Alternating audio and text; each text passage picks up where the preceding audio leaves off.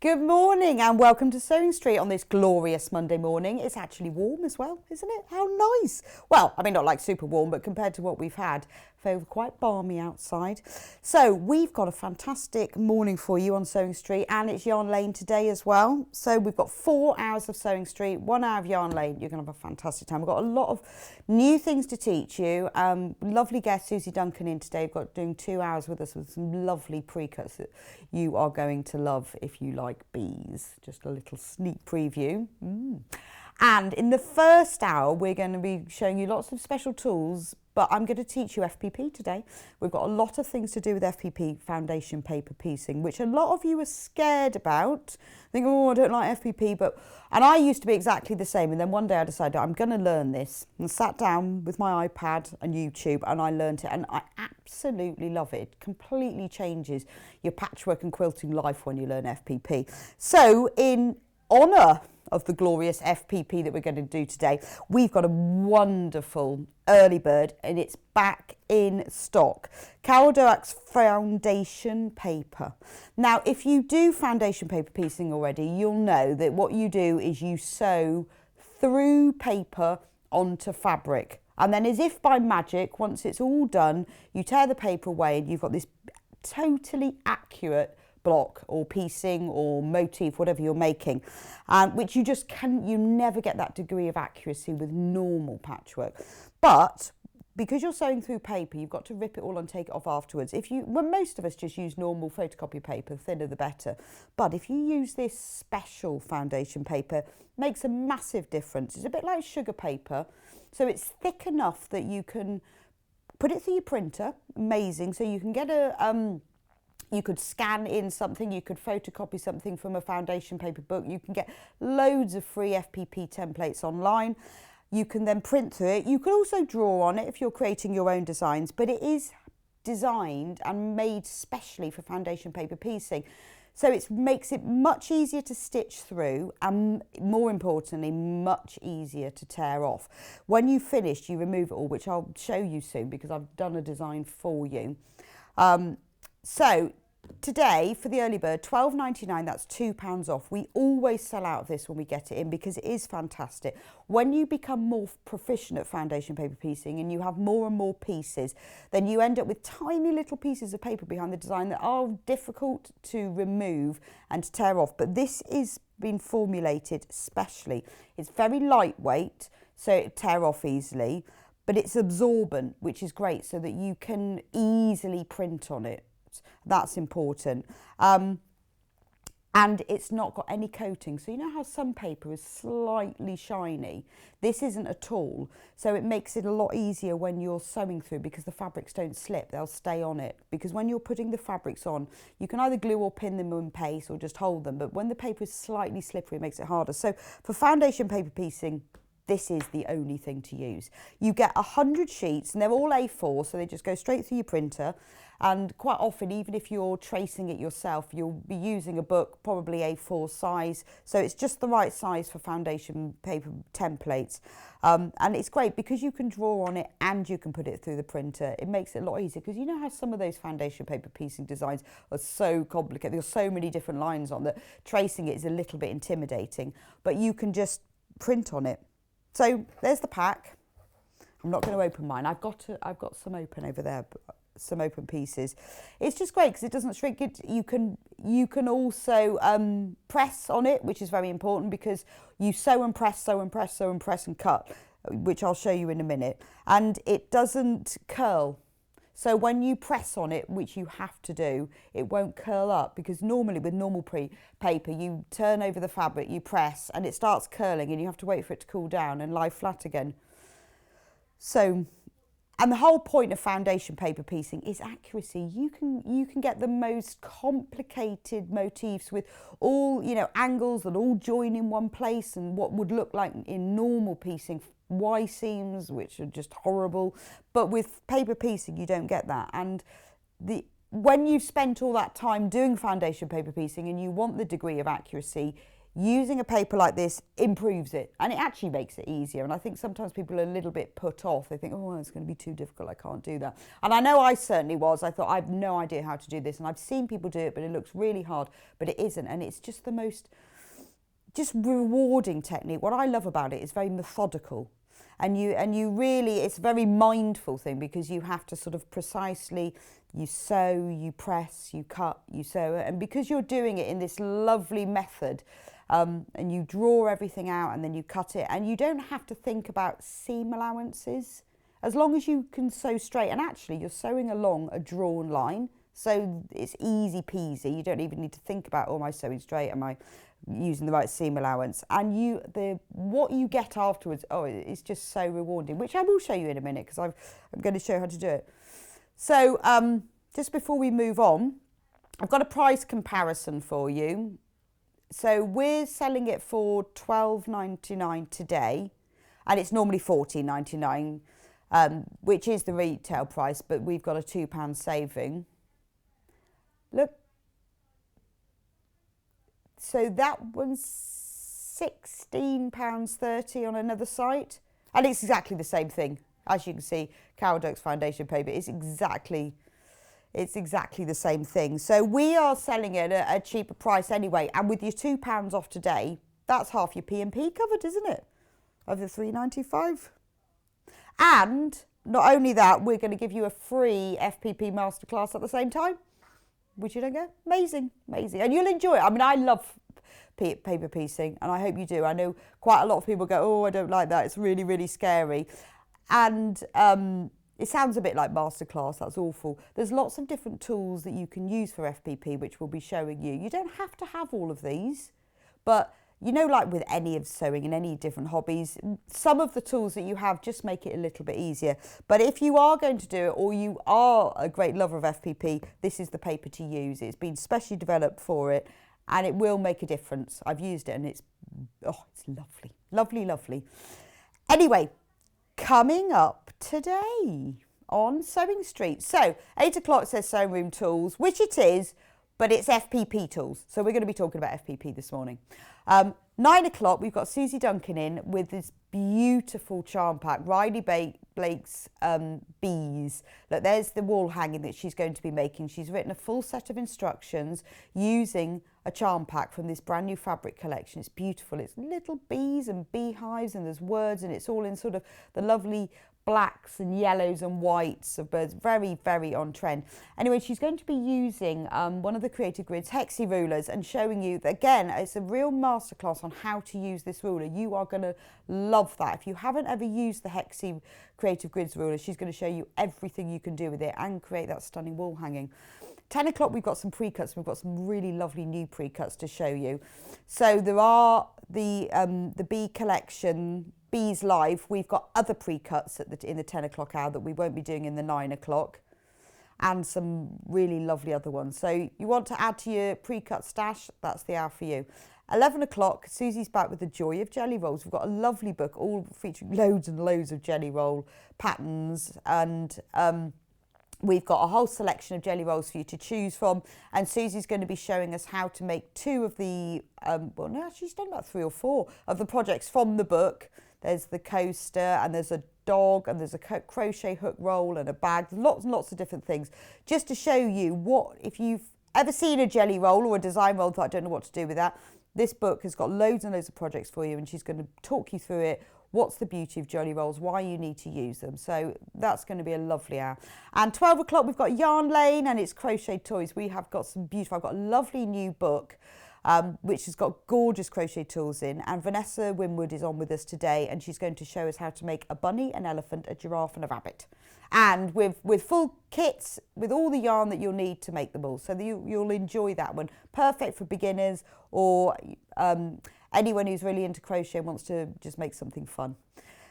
So you might see them on the set, and they're not behind me, they're on the other one, so you'll see them in a bit. So before we do FPP, we've had some really nice messages this morning. Irene says good morning. Good morning, Irene. And Tracy. Wendy Orlando's messaged in. Good morning, Wendy. Yes. Wendy says, I've got one word to say to you. Yes. Oh, she's talking about the FPP. Oh, I thought she was talking about the crochet blanket she's designing for me. Been having a chat with Wendy because she's such a fantastic crochet knitter. She is designing a brand new, glorious, like illusion crochet blanket, which we are both very excited about. So watch this space. So keep crocheting, Wendy. And she's only just started doing FPP, and and now she makes her own patterns. I mean, honestly, once you've cracked it, it's like, oh, like a light bulb. Right. Anyway, let's move. Oh yes, before I move, website. So if you want to shop with us, you need to go on to www.sewingstreet.com. Okay? Sewingstreet.com. Click on, I'm allowed to move, watch live. Can you see that there? And then everything that we've got on air today, if you scroll down as Hannah is doing now, there it is. It's much easier to shop because you just click on, there's the deals, there's the special deals. And all the tools and items I'm going to be showing all on pre-order. All you have to do is click on add to basket and it's yours. But remember, it's not actually yours until you check out. So you need to click on add to basket, put what you want in and check out. And the way the P&P works, it doesn't matter how many times you check out in the day, it's still only $3.95. Whether you order one thing or 300 things, it will still only be $3.95. You can also order on the phone line, so if you don't want to order on the website, you can phone on 0800 001 4433. It's a UK call centre just down the road from us. They're really helpful, really kind, nice. If there's something that you're not sure about or you've got a question, you've got a bit confused with what I've been explaining, unsurprisingly, they will be able to help you out. But so there you can see all the products that are going to come up on today's show. So it just makes it a lot easier for you if you scroll down. So while you're watching, if you've got your iPad out or your laptop, you can shop online very easily or use the call centre. So FPP, what is it? What is FPP? Well, I have made one in advance for you. Being as what it was Valentine's Day yesterday, I've made a heart. Now, I just put on the interweb free foundation paper piecing patterns. We have got lots of books for you today with loads of foundation paper piecing, but I just wanted to show you something really simple. So I just went online, put in free foundation paper piecing patterns heart, because I wanted to make a heart. So why would you do foundation paper piecing? Well, look at this design. It's to try and get that accuracy with normal piecing. Wood is not impossible, but would be very difficult. You've got 1, 2, 3, 4, 5 seams all meeting at a centre point. They've got to be absolutely accurate. The points of the hearts, you want them exactly but onto the seam allowance, not outside it, inside it, or overlapping it. And with foundation paper piecing, it's easy peasy to achieve that. So when I show you some of the books later that have got stars and really complex diamond shapes or pictorial things, I've made lots of pictures of things that would be really complicated. I made a tiny suitcase once for a travel bag, and it had so many pieces in it and they were really, really small. I would never have been able to do it. And this allows you a degree of accuracy that you won't get with normal piecing, and it is a joy to do as well. So this was just one I printed out for free. So we're not selling this because it was a free one. So the way it starts is you print out your pattern. I printed mine on paper. So this is now, remember the most important thing to know about FPP is it's always in reverse. So the pattern that you get, it will be in reverse when you finished it. So if you've got a foundation paper piecing, remember it will be the other way around. If for some reason you don't want it that way round, then you'll have to retrace it. So all you do is turn it over. And this is where your light box comes in, this and many other things. If I turn my light box on, oh, there's my glass floating off, then you can easily see through that and you can trace in reverse. Now, this is an A3 light box, which back in stock, it's been out of stock for a while. It is, I tend to use, we do A4 ones. I use an A3 just because you've got a bigger working space. You will find if an A4 is fine, but there will be points when you'll need a bigger one and then you'll have to have two. So it's probably just easier to get an A3 in the first place. At less than £50, this is probably one of the most affordable A3 light boxes that you will see. So we've got, Hannah's been having a little squiz around the internet this morning and to get some price comparisons for you. This is Cassart. And that on this one, A3, 89.95. And it does exactly the same thing. Ours has got 3 light settings, so is that. It's got measurements on it, does it the same size. It's got the A3 size. And another price comparison, just so you can know that this is good value. Because it's, you know, it's lovely. It's very, very light. It's like Perspex, and I don't know what it is. It must be Perspex. It has the measurements across the bottom and the side. It's got 3 lights, because depending on the colour of the fabric, depends on the light setting you need. For darker fabrics, for some reason, you need a lower light setting than lighter fabrics. I don't know why. There's another one that Hannah's found from Hobbycraft, same size, A3. What's that one? £80. So, oh, there's another one. She's found another one. Found another one.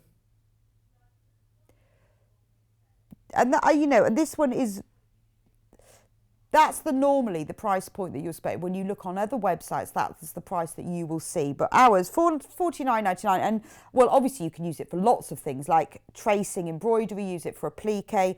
I use it lots of times to mark seam allowances on things, to trace patterns. If I'm putting Bonder web on something, and I use it for tracing.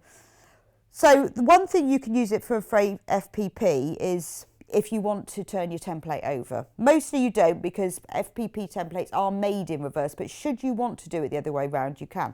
So with my heart, as you can see, all the stripy bits are on the left, so they're on the right here, but you can swap them around. So that's what you can use the light box for, but that isn't what you have to, that's not the main thing you use it for. So what you do is you start off with your pattern. Now this is printed on normal paper. I'm going to just turn the light off a minute. And then I've printed it onto the special foundation paper, and that was really easy. And we've got quite a dodgy printing work, to be honest. Me and Hannah looked at it with our fingers crossed, and it just came through, just really easy. I just stacked the paper in, and it just printed off. In fact, I even managed to print 2, one for luck. So you can see the difference. This is normal photocopier paper, and it's thicker, and this you can see there's no shine on it. It's slightly thinner. There's no bleed on it. Nothing's come off. You know, it absorbs the ink. Everything is just as clear. So absolutely fine, but it works better. So I won't show you put it through the printer. I'd have to wheel the whole printer in. But anyway, you just put it in the paper tray. You click print, and there we go. So what you can do is, if you're using a book and it's got patterns in, if you could scan it in from the book and then use that to print onto it, or you could trace over and print. There's lots of different ways. If you've got your light box, you can place your foundation paper on top of the pattern and trace it. You don't have to print it. You can draw it by hand. So foundation paper piecing. If we look at this, there's numbers on it. 1, 2, 3, 4, 5, 6, 7, 8, 9, 10. And all that is that's the order that you do them in. Really simple. That's the order that you do them in. What I find helpful, I mean, obviously with my heart, it's red and I put white on the background.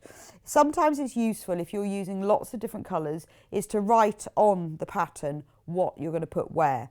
So like number 1 and 6 and 8 and 10 and 9 are all white. So that's just easy. I mean, it just makes it a little bit easier as you're doing it. And then you could number your fabrics if you want. So I've cut out all my fabrics in advance here, and I have actually written the numbers on them. There's number 1. So all they are is just rectangles and squares. They're really, really good way of using up scraps. And I put the numbers on here because that's sometimes a bit easier. Or you can just write on here like light red, dark red. If you're using lots of colours, it's easier. What I do is I have to make this easy so you can see. And I would say if you've not done FPP before, cut your pieces a lot bigger than you need them. As you become more proficient and more practice, you'll get better at knowing how big, because actually they only need to be, in theory, 1/4 inch bigger all round. It's very hard to get that accurate, so I would always go for 1/2 to 1 inch bigger. I've made these loads bigger, so that's piece number 1, and there's my piece number 1. Just because when you first start out, it's easy if it's bigger, because you cut it as you go, but there's nothing worse than sewing it on and then realising it doesn't fit. So cut them bigger to start with. So what you've got to do, remember, let me show you from this, that there's the paper, all the sewing is on this side, all the fabric is on this side and all the sewing is on this side. So therefore the fabric has got to go right sides up on this side. Now when you've got a plain white you won't notice that. But should I be using a pink? Remember, it's very important, because you look at how this is going to happen. Let me turn that round. That the fabric has got to be right sides up on the other side. So basically wrong sides facing like that, because that's how it will work. And if you always remember that if you turn it over, the fabric needs to be right sides up, then that's a lot easier. So all the fabric's on that side and all the sewing is on this side. So this is where the light box comes in, because with number 1, you need to place number 1 fabric in the centre of number 1. Now look, you see I've cut a really big piece of fabric to make this easier to see. You will, if I was doing this at home, I would use a much smaller piece of fabric. Now, what you need to do is number 1 piece needs to be overlap number 2 by 1/4 inch. Ish. You can trim this later, so it's fine, but ish. I would do it. I would go for about that. Now, if you don't have a light box, you have to hold it up. So you have to get yourself you can either use a glue stick, which we've got. The glue stick is the easiest thing to do. But if you don't have one, you can use a pin. Now, this is the Prim Aqua Glue Marker. It's lovely. You can use it. It's brilliant for FPP because you can stick your piece of fabric in place. It's the same as the Sewline glue pen, which we always have on that you've seen before. It's out of stock and has been for a while. But this is perfect. And Hannah did discover this morning that we do have the Sewline glue pen refills, and they fit the Prim pen. So if you want refills, they do test, because she wanted to be sure. They're also really good for inserting zips. So if you want to put a zip in something, rather than pin it and then trying to get it to not move, if you glue the zip in first, they're brilliant for any small seams, because it's washable and comes out afterwards. It dries clear. It doesn't stick in your sewing machine. It's proper fabric glue. It's not normal glue. So you can use it. It's really good for EPP if you're fold, rather than tacking the edges of the fabric around the paper shape, you use glue instead. So it's brilliant for all sorts of things, particularly FPP. So if you didn't have a light box, you've got to glue or pin that to the centre. You'd have to hold it up and then try and get it, because you hold it against the light, and then put it down. Nightmare. What you do instead is you put a dab of glue on the back of number 1, and then, because we're going to be sewing it against number 2, we need it to overlap 1/4 inch. Oh, there. There we go. So that's really easy, isn't it? There's number 1 and there's number 2. This is the tricky, unfortunately, number 1 is the trickiest piece, which is a shame really, because it's one you start with, because you've got to do it that way. So then you get number 2, which I've labelled, and remember, look, I've cut it loads bigger. You don't need it as big as that. That's the way I've cut it. Now, these pieces have got to be right sides together. So if you want to get them right sides together, by having the light box, you can now see that they're right sides together. Do you see what I mean? So you wouldn't be able to see that otherwise, would you? But even holding them up to the light, what I've found is they keep slipping.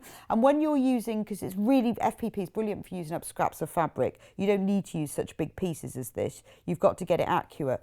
So what I do now is, to be absolutely sure, is I just pin it along, because you see this line between 1 and 2, that's what we're going to sew on. So I'm just going to pin it, because the number of times I have done this and the piece of fabric isn't the right size, or I've got it the wrong way up. So just have a little test. Yes, that's right sides up, and it will cover, because with your light box you can, ooh, just turned it off, you can see the number 2 shape that's there, and you can see it's going to more than cover it. So this is ideal for when you're just checking that you've got the right size, because you want to use scraps, But also, if you're using a directional fabric that's maybe got a stripe or a print, maybe this has got a stripe and you want to go in a particular way, by using the light box, you can see which way it goes. So that's your double check, which is very handy. Love a double check, because let me tell you, undoing this, because when you go sew through the paper, it perforates it. If you've got to undo the seam, sometimes it all falls apart. So do try for that not to happen. Now, when you do FPP, you need to reduce the stitch length, because you're going to tear this paper away. Oh, Hannah's got a silly question. Go on, Hannah. Oh, this is yeah. Is it okay to sew through paper? Yes, it is. Of course, it's okay to sew through. Won't affect your machine. You will find that you'll probably blunt your needle quicker, and you will have to use your new needle. So I tend to use, when I'm doing FPP, sharps needles, because they are, funnily enough, quite sharp.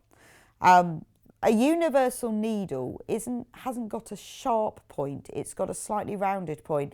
So a universal needle, which your machine normally comes with, is halfway between a ball point and a sharp, so that is universal. So it's not essential. Of course, you can use a universal needle, but if you do FPP, you will find it easier with a sharp, because it goes through the paper a lot more easily and perforates it. You don't have to use them, but they are better than using a universal needle. So you'll find you get through more needles. That's the only thing, but going through paper is fine. So we're going to sew along this line, and we're going to start at the top. Now, I tend to go outside the seam allowance, because I'm going to add some borders to this afterwards. So stitch sort of 1/4 inch outside the seam allowance. Let me take the pin out so you can see. And then you've got to stop stitching exactly at the end of this point. So start outside, and we're going to sew all the way along there and stop there. Okay? And you haven't got to think about sewing straight, because you've got the paper to show you. Right. Now you see, because I've taken the light box where I can't see anything, so that's where you're glad that you've got your light box, because now you can actually see. So you can either go forwards and backwards at the beginning, or if you just hold still, then you just do a few stitches on top of each other. That's enough to secure it. And then sew reasonably slowly, so that you stay on the line. And then when you get to the end of the line, slow down a bit. Now you must not go beyond the line. So you can either reverse stitch like that, or you just do a few stitches on top of each other and then cut. So let me take it out. So now you can see I have sewn and I've stopped there. I haven't got an iron. Oh yeah, I've it's all right. Panic over. I found it. Oh, the problem is I've only got 2 sockets and 3 things. It's all right, I will have to keep plugging and unplugging. So, I need, where's the ironing board? There he is. You can see how organised I am in advance. So, now we've done the pinning. Now we're going to do the pressing. So all you have to do now, give it a little press from this side, because that sets the seam. Open it up and make sure that you push it right open, so the seam is really pushed open. You don't want it creased at all.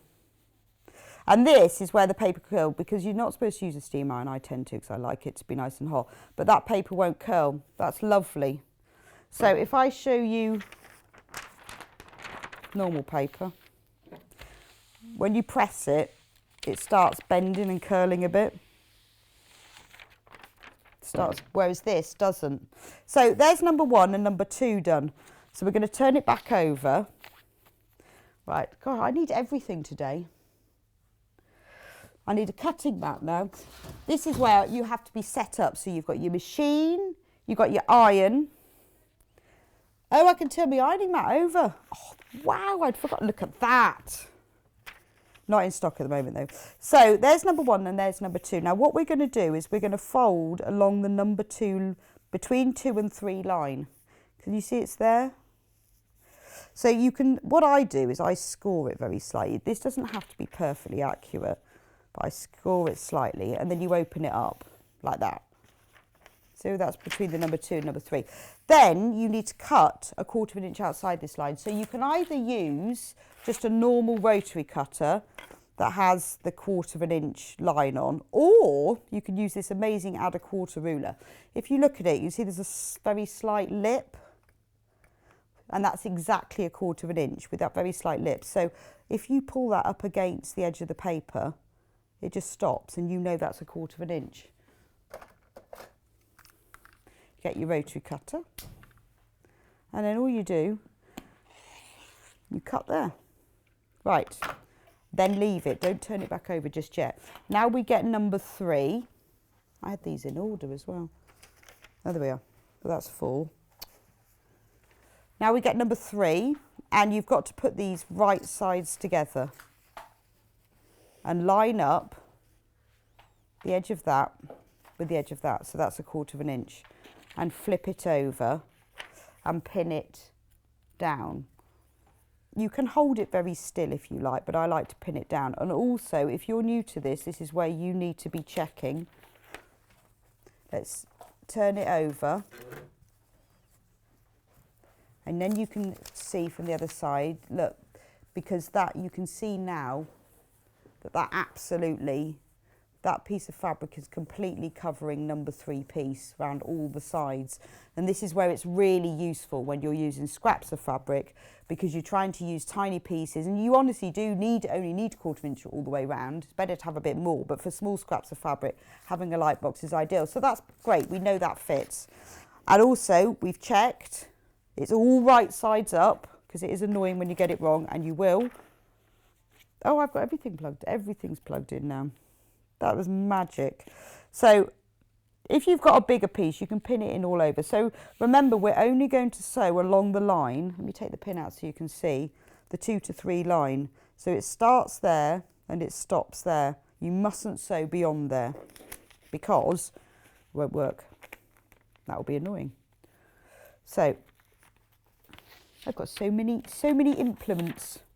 This is what I love about it. So you've done the cutting, so now we're going to do the sewing. We've pinned it in place, and I always crank the needle down so it's exactly in the right point. Ooh, which it wasn't. We couldn't see. There we go. Right. So you can either, as I said, reverse, or you can do a little lock stitch, which is basically doing a few stitches on top of each other, and then sew nice and slowly all the way along that line till you get to the other end, and then you only need a tiny reverse stitch. The good thing about using a small stitch length, because I unplugged the machine, it went again, it not only perforates the paper, which makes it easier to tear off, it also means that the stitches are tighter and then they don't come undone so much. So you do either a back stitch or a lock stitch, which either or. So turning over, we'll take this and now turn it right over. Oh, hang on, remember to set the seam first. You'll get a neater effect.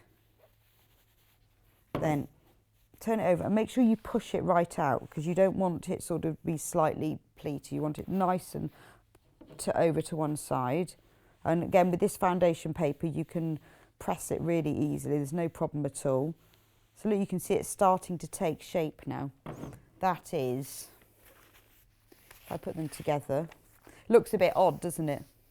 But they are in the same order because it's the one that I did last night. So look, you can see they're coming along, and that's that one there. Good, you're starting to get it? Right, so we turn it back over, and we'll turn that over as well. Now we're going to fold along between the 3 and 4 line. So you can just score that slightly. I just do it with my nail, to be honest. A hero marker is a really good thing for that. You can just fold it. Just make sure when you folded it that you have done it right. Right. I mean, everybody does do their FPP in different ways. I have to say that some people cut and sew and cut and do it different ways. This is just when I sat there that evening with my iPad and my YouTube videos. This was obviously the YouTube that I was watching. So it doesn't matter if you do yours in a slightly different order, you'll get the same effect. So in the add a quarter pack, you've got 2 rulers, because you notice with this one, it's only just long enough, but you get 2. So, which is really handy, because this piece is now getting longer. When we get further around, it'll be even longer. So you can just look, pull the quarter up to there. Perfect. And then cut along it. And I keep these pieces because these will obviously be really useful for other bits of FPP. So don't worry if you use big pieces. Right, let's fold it. Right, we need number 4, which I labelled in advance, just to make it easier. So let's put number 4. I'll just centre it for now. So that right sides together, don't forget right sides together, raw edges matching. Fold it back over. If you get yourself into the habit, especially when you're starting, or even all the time, because even after I've been doing this for months, I still got it wrong, of always checking. So fold that in, place it on your light box and open it up. Then you can see through the light box that it is covering all of number 4. And it's right sides up. You will do it right, you will do it the wrong way around at some point. So now we're going to sew along the line between 3 and 4, and you start, because it's on the edge, I always sew, sort of, it doesn't matter how much, but about 1/4 of an inch beyond the edge. It just means that seam is then done, and even if you're trimming the edge of it later, it's best to stitch beyond it. But if the line stops within the shape, you must stop at the end of the line. If, like the 2 to 3 line, it starts and stops within the shape, you must only stitch along the line. But if it goes beyond the shape, then stitch slightly beyond it. So now we take it over to the machine. You see how lovely, you see what a joy this is. It's so methodical. I just love the way that you do the little process for every single thing, and you can't help but be accurate because you're sewing along a line. Once you've got your head round the fact that that you're sewing in reverse and the fabric has got to be right sides up on the other side, that's really the only sort of leap that you take. Once you've got your head round that, you think, okay, fine. Oh, Chris from South Wales has sent us a picture. Oh, wow, good morning. Loving the demo. It was hard to crack, but FPP is my favourite. I made this during... That is absolutely beautiful, Chris. That's beautiful. And that's something that to achieve that with normal piecing would be very, very difficult. This makes you look like an absolute genius. And honestly, any sewing techniques, I think, that make you look like an absolute genius are worth their weight in gold. Because this does. It looks like I'm really clever, that I'm a very accurate sewer, and I'm not. I just sewed along the lines. So we've folded that, pressed it over. So you can see we've got a bit of method. Turn it into the cutting board. So this is where it's nice, methodical. We're now going to put piece 5 on. So we need to fold along the line between 4 and 5. When I first started FPP, I read that you should perforate these lines first, but I've actually realised that's a bit of a waste of time. You don't need to. And this paper actually folds really easily. So you can just fold it and then check. So yeah, so you could actually, yeah, that is true. I'd forgotten about that. You can put that, if you're not sure, or it doesn't fold very well, or if it's a really small piece, it does help. You can then put it against a ruler to fold it. Not on the edge that's got the 1/4 of an inchy bit, but that edge. With some FPP, you'll find the templates are tiny, tiny, and it's quite hard to fold along it. So if you just put the ruler on there, you can fold along. So this is where you now need the longer one. Ooh. But the 1/4 of an inch up. I mean, you don't have to use this. You can use a normal normal ruler with the 1/4 of an inch length. So say I was going to, just to show you, if you wanted to use a normal one, just take the 1/4 of an inch mark and you could place that along there and cut it. But obviously it's easier with one of these because it stops. Yeah. And then you open it up. Right, there we go. Don't forget to keep those. Right, so that was number 4. Now we need number 5. Number 5 is a bit smaller, a little bit more of a challenge to make sure we get this right. but we're going to be checking right sides together, remember? So I'm going to put it there, and I think that's about right. I mean, to be honest, once you've done the first piece, you nearly always sew right sides together, so that's easy, isn't it? It's just right sides together. And it's just a little rhythm. Hold it still, turn it over, and then we'll pin along the line, and I'm going to pin at both ends because we're going to check it. Because this is a smaller piece, so we've got to be a bit more accurate. And as you get better at FPP, you'll start to use smaller pieces. So let's put it on the light box, turn it over. But look, you can see it covers all of number 5, goes up there, along there. So that's perfect. We've got a message about the light box that says, Susan on Facebook said, I love my light box, smiley face. I use it all the time. And do you know what? I love my light box and I use mine all the time as well. Wendy has asked, what does FPP stand for? Foundation paper piecing. Because you're using the paper as the foundation, like a house. And then your foundation paper, and then you're piecing on top of it. And then you sound like a real expert. You go, yeah, I'm just doing some FPP. Yeah. Oh, yeah, okay. Although I've found in Google, it won't often come up, you have to put paper piecing. But then if you put paper piecing, it gets confused whether you're English paper piecing or foundation paper piecing. Oh, I think I'm a bit caught up there. I think I need to start again. Right, I'll do that one again. I think my thread was caught up. Okay.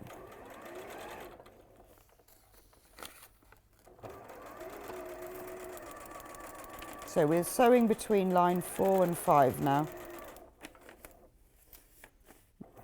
I mean, you don't need to put the pins in, but it just helps to hold it still. So when you get to the end, because this line stops within the shape, so you've got to sew exactly to it. So we've got like 5 points converging on one here, which if you were trying to do this with normal paper piecing. But that heart I made last night in half an hour. Because I wanted to watch the telly, so I need to do it really quick. And Hannah said you need to do some foundation paper pieces, but I did that in half an hour. So we'll turn them over. Iron. It's just lovely and methodical, isn't it? Right. Yeah, we've got lots of things watching me today. The giraffe and elephant, they're coming up in Yarn Lane. Can't wait to see them. Bruce and Tilly. So there we go, we folded that one over. It's good, isn't it? We flip the board over and we flip the paper. So 5, right, we've done 5 and now we're going to do 6. Now, one day I have actually tried to learn how to make these patterns, and there is a reason for these being in this order. But there are various books that you can buy that show you how to do it as well.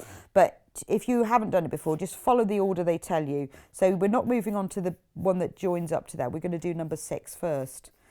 So if I do number 6, then you'll be able to see. So let's take the ruler, line it on the line, and then we can fold it along there. And then you know it's right.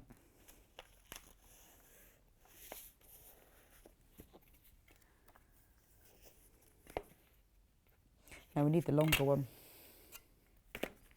Which is brilliant why you've got the 2, because sometimes you need the shorter one. I mean, these aren't only to be used for FPP, they're brilliant for seam allowances, adding seam allowances as well.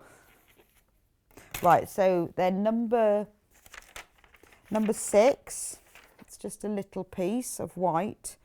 So when you're lining this one up, obviously it's bigger than the edge, all of that edge of their fabric, but if you look there, you can see number 6 goes from there to there. So sort of place it about there, match up the seam allowances, right sides together. It's obviously white, so it doesn't really matter. But again, we need to check this because I've used a smaller piece of fabric, which is still bigger than you need. Let's put it on the light box, turn it over, and look at that. Now I've used, if you see I've written number 6 on there, I used a heat erasable friction pen for that, so it just means it will come off. Now if you haven't got an iron, I'll show you that in a minute, you can use a roller. We'll do that next. So that's lovely, that works. I'll show you about the little roller, because that's brilliant if you don't want to keep going to the iron all the time. Right, so we'll start, because this line is a nice one, because it starts and finishes outside the shape.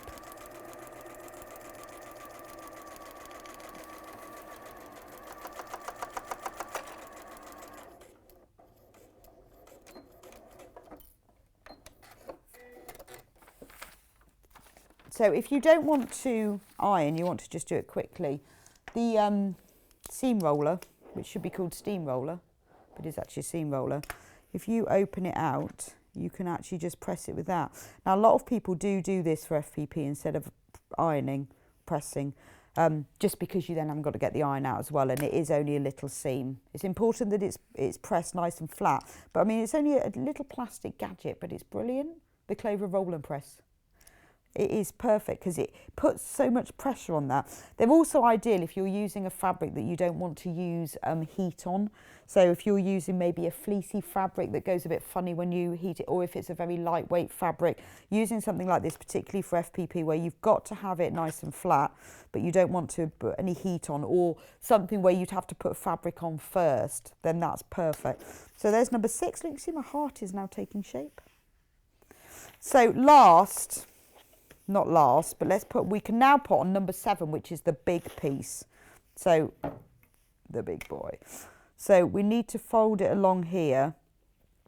And don't worry that you're going to fold it along that edge that will be sewn on later. And you just have to sort of trust the fact that you cut it and you're going to cut it all. Okay, so that's fine. And then put your nice long add a quarter ruler the right way up across there. Rotary cutting.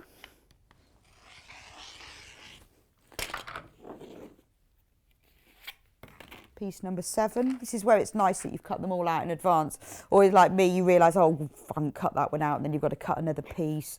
It's nice if you have cut them out in advance. So let's put number 7 on. Remember, right sides together, as you would always, nearly always do anyway, right sides together, so you haven't got to think about that. So although people think, oh, I don't like FPP, it's intimidating, once you get into the method of it, it's the same process. So we've cut it, we're going to fold it over. It's a bit like looking in the rear view mirror before you overtake, isn't it? Just get into the habit of pin it on, fold it over. Is it covering number 7 shape? Yes.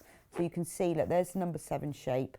It's covering number 7 all the way around. So that's fine. So we can fold it back again. And this is the big piece. Now, this line starts within the shape, but finishes outside it. So you have got to start and stop. You mustn't go beyond that line at all. That's really important, or it won't work. So that's easy. If you just crank the needle down onto the line, the intersection, so it's exactly, you just go forward a couple, back a couple, so you don't go beyond the line. And then sew, and look how easy this is, because we're sewing along a drawn line. Now this point here, we've got 5 seams intersecting. But imagine how difficult that would be if you weren't, if you were doing that with piecing, and then just end up beyond the line a bit. Right. If you you need to end up beyond the line, because you can trim that off afterwards. And if you're adding borders to something, you need that extra seam, like here. But but starting, when it's within the line, you've got to start exactly on it. So we can use our little steam roller, like that, or you can iron it. And then so that's number 7 piece. Turn it over, and where's it? Look, 8. 8's the top corner. I really like this. It is a bit like painting by numbers because you think, oh, right, that's number 7. Now, if you've got to, I've got to fold this back along here and I've sewn beyond there, but that's easy because you can just tear it off. So I'm not going to do any more because I want to show you the tearing off bit. So if I was doing this, I would fold that back, trim it, put number 8 on. So we've got to, we're now up to here. So we've done really well. I'm about to put on this one, this corner here. I'm about to put on number 8. I'm running out of time, so I can't do that. But you can see how quick that is. I've only got 3 more pieces to add, which are the white pieces around the edge, and then I'll be done.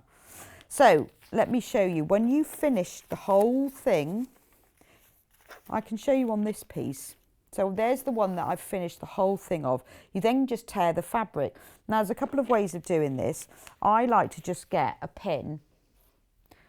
Let's do, you can do, now I've done it, you can do it in any order because I've put all the borders round. I usually get a pin and score it slightly. And then you can just tear it off. But you've got to remove all the paper like this. Now you get lots of little pieces with the paper. So let's do, this is normal photocopier paper. This is the foundation paper. So let's tear off number 2 because that one's got lines all the way around it. So we'll score it with a pin. Look, it cuts a lot easier to start with. And look, that tears off. Let me show you the difference. That one you have to really pull at. But this one, it tears off so much more, just quicker. Look. And when you're doing some of the patterns that there's loads and loads of, it takes quite a long time. But look, that is just much easier. That comes off with the next one. Comes off really easily. Even the tiny points. Let's do the same on this one. You have to really, because you have to be very careful as well that you tear carefully along the seam because you don't want to disturb those stitches. So you have to tear it much slower, much more carefully. And then I've got little pieces of paper left in the corners, which you then end up having to get a pin. So if I've got a little piece there, you've got to take a pin because you don't want any of the paper left to pull it out. So if you're doing a design, see how there's all bits there in the seam, but on this one, it's really clean. It's lovely, isn't it? Honestly, it does make a big difference. Once you've removed all the paper, you'll then, you can see with this one, that those have got all the paper in them, but this is just the normal fabric. And then you've got a beautiful, to do that without doing foundation paper piecing would be really difficult. If I'm just going to show you very quickly some of the designs, like this book here, the Sizzle Quilts book, look at the designs in here. This is all foundation paper piecing. When you look at some of the designs in here, can you imagine trying to do these without foundation paper piecing, where all of these points cross? That's so complicated, isn't it? In the book as well are all the patterns. So what you can do is you can photocopy these and then you can print them out on your paper, or you could trace them. It's better to photocopy them, but if you can't do that, you could trace them, and with a light box, easy. So all the designs, they've got all the 1/4 of an inch seam allowance. Can you see how they've all the same as what I was doing? 1, 2, 3, 4, 5. All the numbers are in there. But some of the designs, I mean, these are just absolutely stunning, aren't they? And you'd never be able to do this without foundation paper piecing. Would be really hard. This one here, oh, love this book. New York Beauties and Flying Geese. I mean, these are amazing, aren't they? Look at that. Doing that without foundation paper piecing would be ever so difficult, but you imagine you could easily create that using the method I've shown you. And honestly, people think you're really, really clever, and that's very important. And look, there's all the templates. You see, they've all got the numbers on them, like I showed you. So, you know, when you first see foundation paper pieces, you think, well, what does all that mean? And these are called, like, these are all in order. They're G. Well, that's just the colour of the fabric.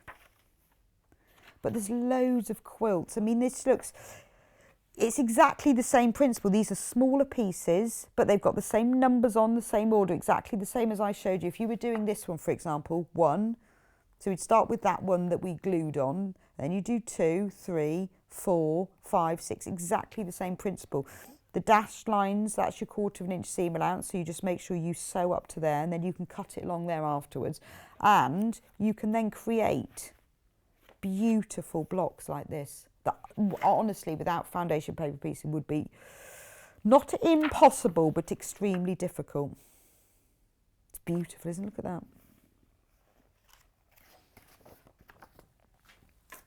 And then, I mean, those are sort of quilt block type things, but I said to you at the beginning, you can also do pictorial things. So look at this one. So magical. I love this one. Let's see if we can find it. Look at the dragon. And these, so all the patterns are in here. They've got all the, they're all coloured, which is great. So you can really easily see. Remember I said to you at the beginning about labelling them. From here you can easily see what piece is which because they're coloured. So it might look really complicated. Look at the unicorn. He's lovely, isn't he?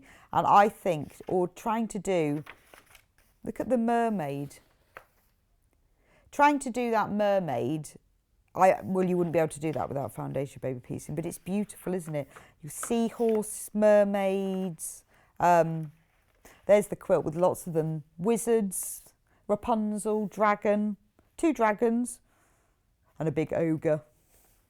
It's really, really love this book. I love the So Magical book. But, you know, the principle that I've shown you here using just 6 pieces is exactly the same. There's just more pieces and different colours. But the principle is the same, whatever. It makes a difference if you've got a light box really helps. Using the right paper really helps. And the add a quarter ruler is really useful. And you will find with time, if you use a sharp needle, that helps. I mean, look at Tinkerbell. I love her. And you'd never do that without foundation paper piecing. It's a wonderful thing.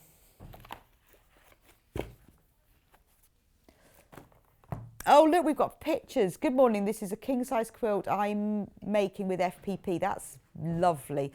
In fact, the first FPP thing that I did was a Union Jack laptop case, and I made it out of jeans. It's all made from different denims. And I wouldn't have been able to do that otherwise. That's lovely.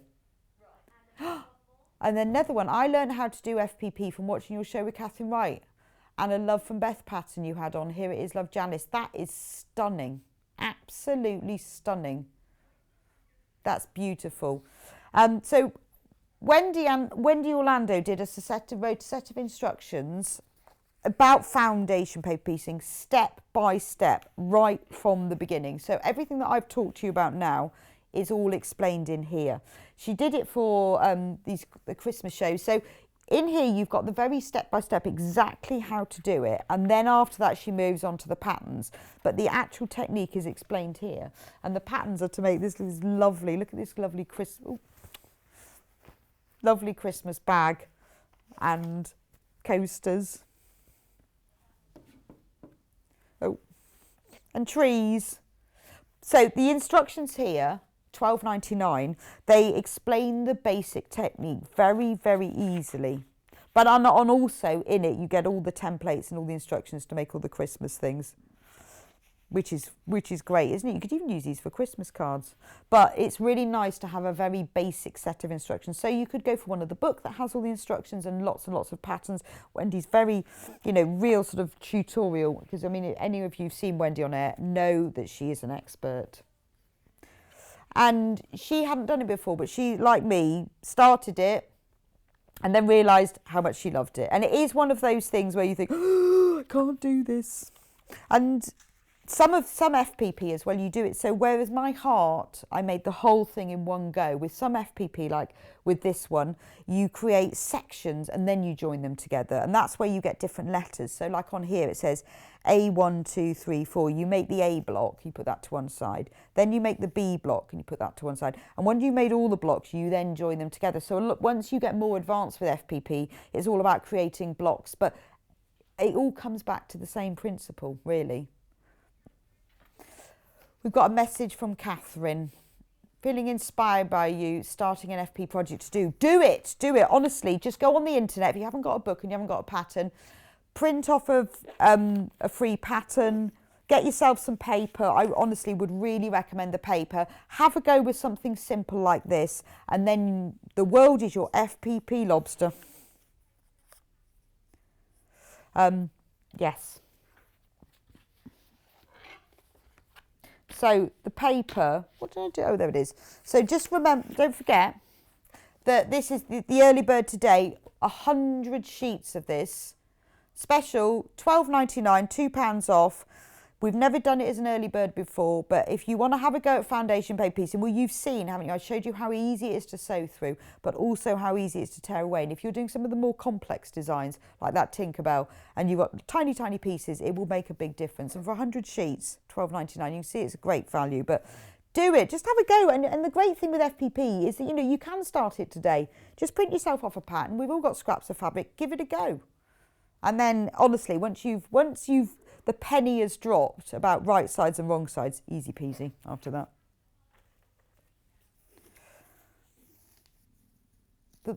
My heart pattern was just off the internet. I went on last night and put in, I told you, free foundation paper piecing patterns heart. And there were loads of them. I just couldn't, it was very difficult to decide. But it's really good to start with something like this, is have a go, have a practice, and then you'll make the mistakes that I did where you didn't check it on the light box. You got it right sides together on them, you got it wrong sides together, right sides together, and have a go. But if, you know, there's just things like the light box and the Adam quarter ruler and the paper will make your FPP journey much easier. But I love the light box.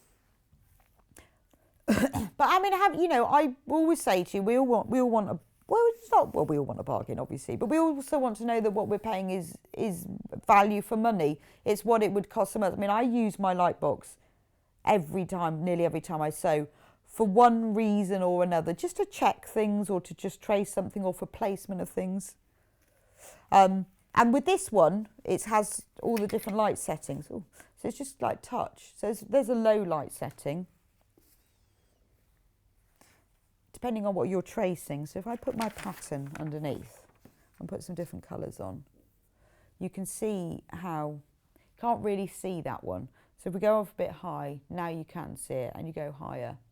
I find for some reason, so you can really see through that you need a lower light setting for darker fabrics. Never quite worked that out, but you do. But you can easily see through it. When you're tracing things, so say you were doing some embroidery and you wanted to draw some words on, you could easily do that. If you want to draw the seam allowance on something, if you're doing FPP and you just want to make sure before you even cut out, if you've got some odd scraps of fabric and think, right, well that obviously won't fit on number 7. Will it fit on number 5? Yeah, oh, well, that's fine. Yeah, it'll fit if I do it that way. So it just makes it a lot easier for planning and your fabrics. And it isn't just FBP. Obviously, I use mine probably mainly for embroidery, for tracing things, but I also use it for Bonder Web when I want to put Bonder Web things on so I can see if it's in the right place. But normally for an A3 light box, it's £80–90 mark. So it's great value, and it's really, and what I like, because it's LED, it doesn't get hot at all, which is quite handy, isn't it? And because it's really light, I think it's just Perspex. It's very light, very very thin, like 0.5 mil. So I can keep mine sort of just standing up around the back of the table.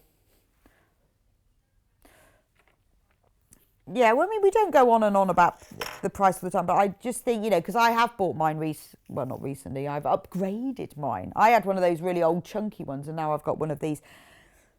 And this is one of our sort of standout products where we are a lot cheaper than other people, which we're not, with everything we try to keep very competitive, but this is one of the things where we really are cheaper. I've made a right mess here and I've got half a heart. I'll have to finish it off later. So, gosh, where's the time gone? Right, we're going to go to break, and in a couple of minutes we'll be back with Suzie Duncan, who's going to show us this beautiful bee hanging that's behind me and this great, lovely new collection from Riley Blake, but using the hexagonal creative grids trim tool ruler, which if you haven't seen it before, you'll really enjoy that. She's going to show you how it's used. Quite often we use these rulers and we don't use all of them and show you all their capabilities, but she's going to. So you will learn a lot. It's really interesting. So I'll see you back here in a couple of minutes.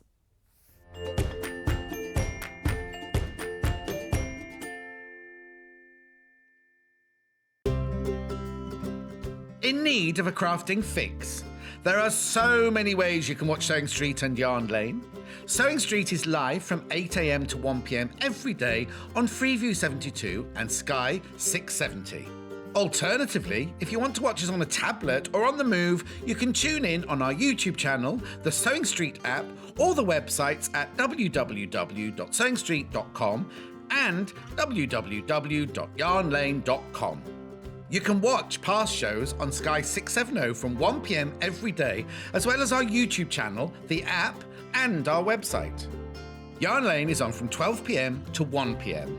Visit our programme guide to find out when and what's on. So you never have to spend a minute without us. Have you heard about all of the different ways you can shop with Sewing Street and Yarn Lane? You can either shop on our websites, sewingstreet.com and yarnlane.com.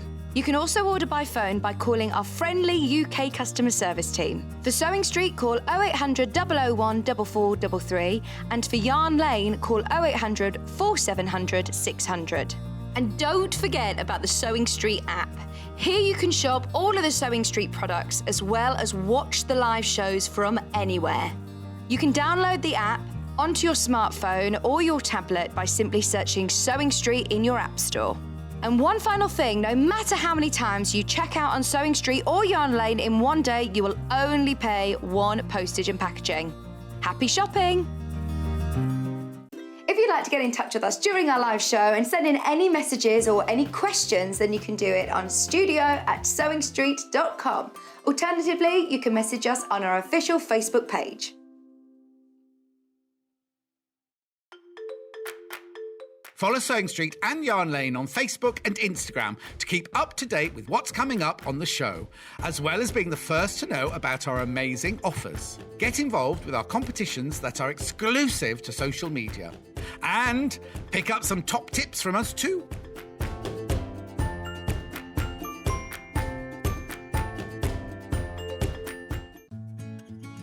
While we're having to spend more time at home again, we're here to keep you busy and entertained.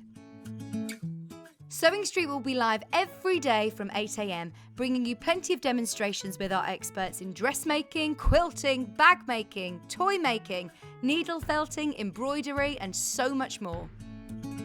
Our community of fellow sewists on the Sewing Street fans Facebook group are there to chat to you about whatever you're making, sharing photos and advice. Check out the Sewing Street Facebook and Instagram pages for fun competitions and offers.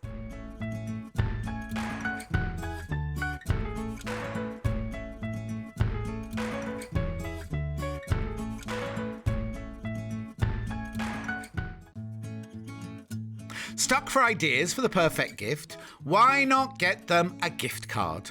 You can buy Sewing Street and Yarn Lane gift cards loaded up with anything from £10 to £500.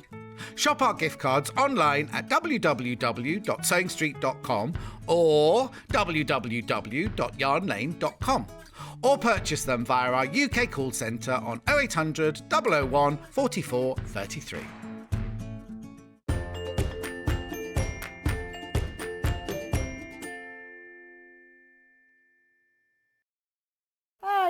Hello, hi-lo. I just said hi-lo. Hello, and welcome back to Sewing Street. I just couldn't decide whether I was going to say hello or hi. They all mixed together. We've got a lovely hour for you now, all about this brand new fabric collection from Riley Blake called Bees Life. Now, we've got lots of more. We've got just the layer cake pack in this show. And we've got more pre-cuts in the next hours, but we're just going to be doing this because... but the layer cake, oh, this is so lovely. You're going to see all of these fabrics in a minute because Susie's going to go through them with her design, so you will see them all in a moment. But we're selling this in this hour with Susie's instructions to make this beautiful wall hanging or table runner, either or. It's gorgeous, and it uses all of the fabrics from the collection, from the lovely yellows and the whites and the blacks, and they're all featuring bees. And as Susie's going through them all, you'll see all the different elements to them, so I won't run through them now, but you get the instructions in this pack. So for $58.99, you get the full 42 pieces, 10 by 10 inch squares. 42 pieces of fabric. Brand new. If you love bees, we all love bees, don't we? It's gorgeous. 42 pieces and the instructions. And what I love about these, all the measurements you need, everything, you've walked through pictures of how to do it and photos here. So it's really, really clear for every single step, exactly how you make it using the hexagon ruler as well. So that comes... Beautiful set of instructions, really nice quality as well. Nice, good quality paper, which always makes a difference, doesn't it? Nice instructions. And it's really lovely. You work through it step by step. How do you start? How do you cut it while you do? And then all the photos as well. And this wall hanging table runner is made using the Creative Grids hexagon trim tool. Now, I've seen this before, but never been really sure, other than obviously you can cut out a hexagon with it. Sort of looking at it, thinking, I'm sure you can probably do a lot more with it than I think. And I know it comes with instructions, but Suzie was explaining to me earlier that she's used every part of it. So she's going to show you what it does so that you get real value. Because I think sometimes you buy these rulers and you use one part of its capability when it can do so much more. And remember with Creative Grids, they are fantastic because they've got this non-slip sort of slightly textured coating. And on here, they've put it around the edge of each hexagon. So whatever you're cutting, it really, really keeps it still. So you can make the quilt, just saying, well, the wall hanging without this ruler. Yes, you can.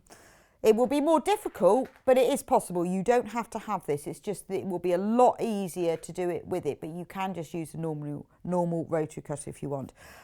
Also, we have one other bundle, which is this beautiful Dover collection. Again, a layer cake, 42 pieces, 10-inch squares, featuring these beautiful, we've shown these to you before.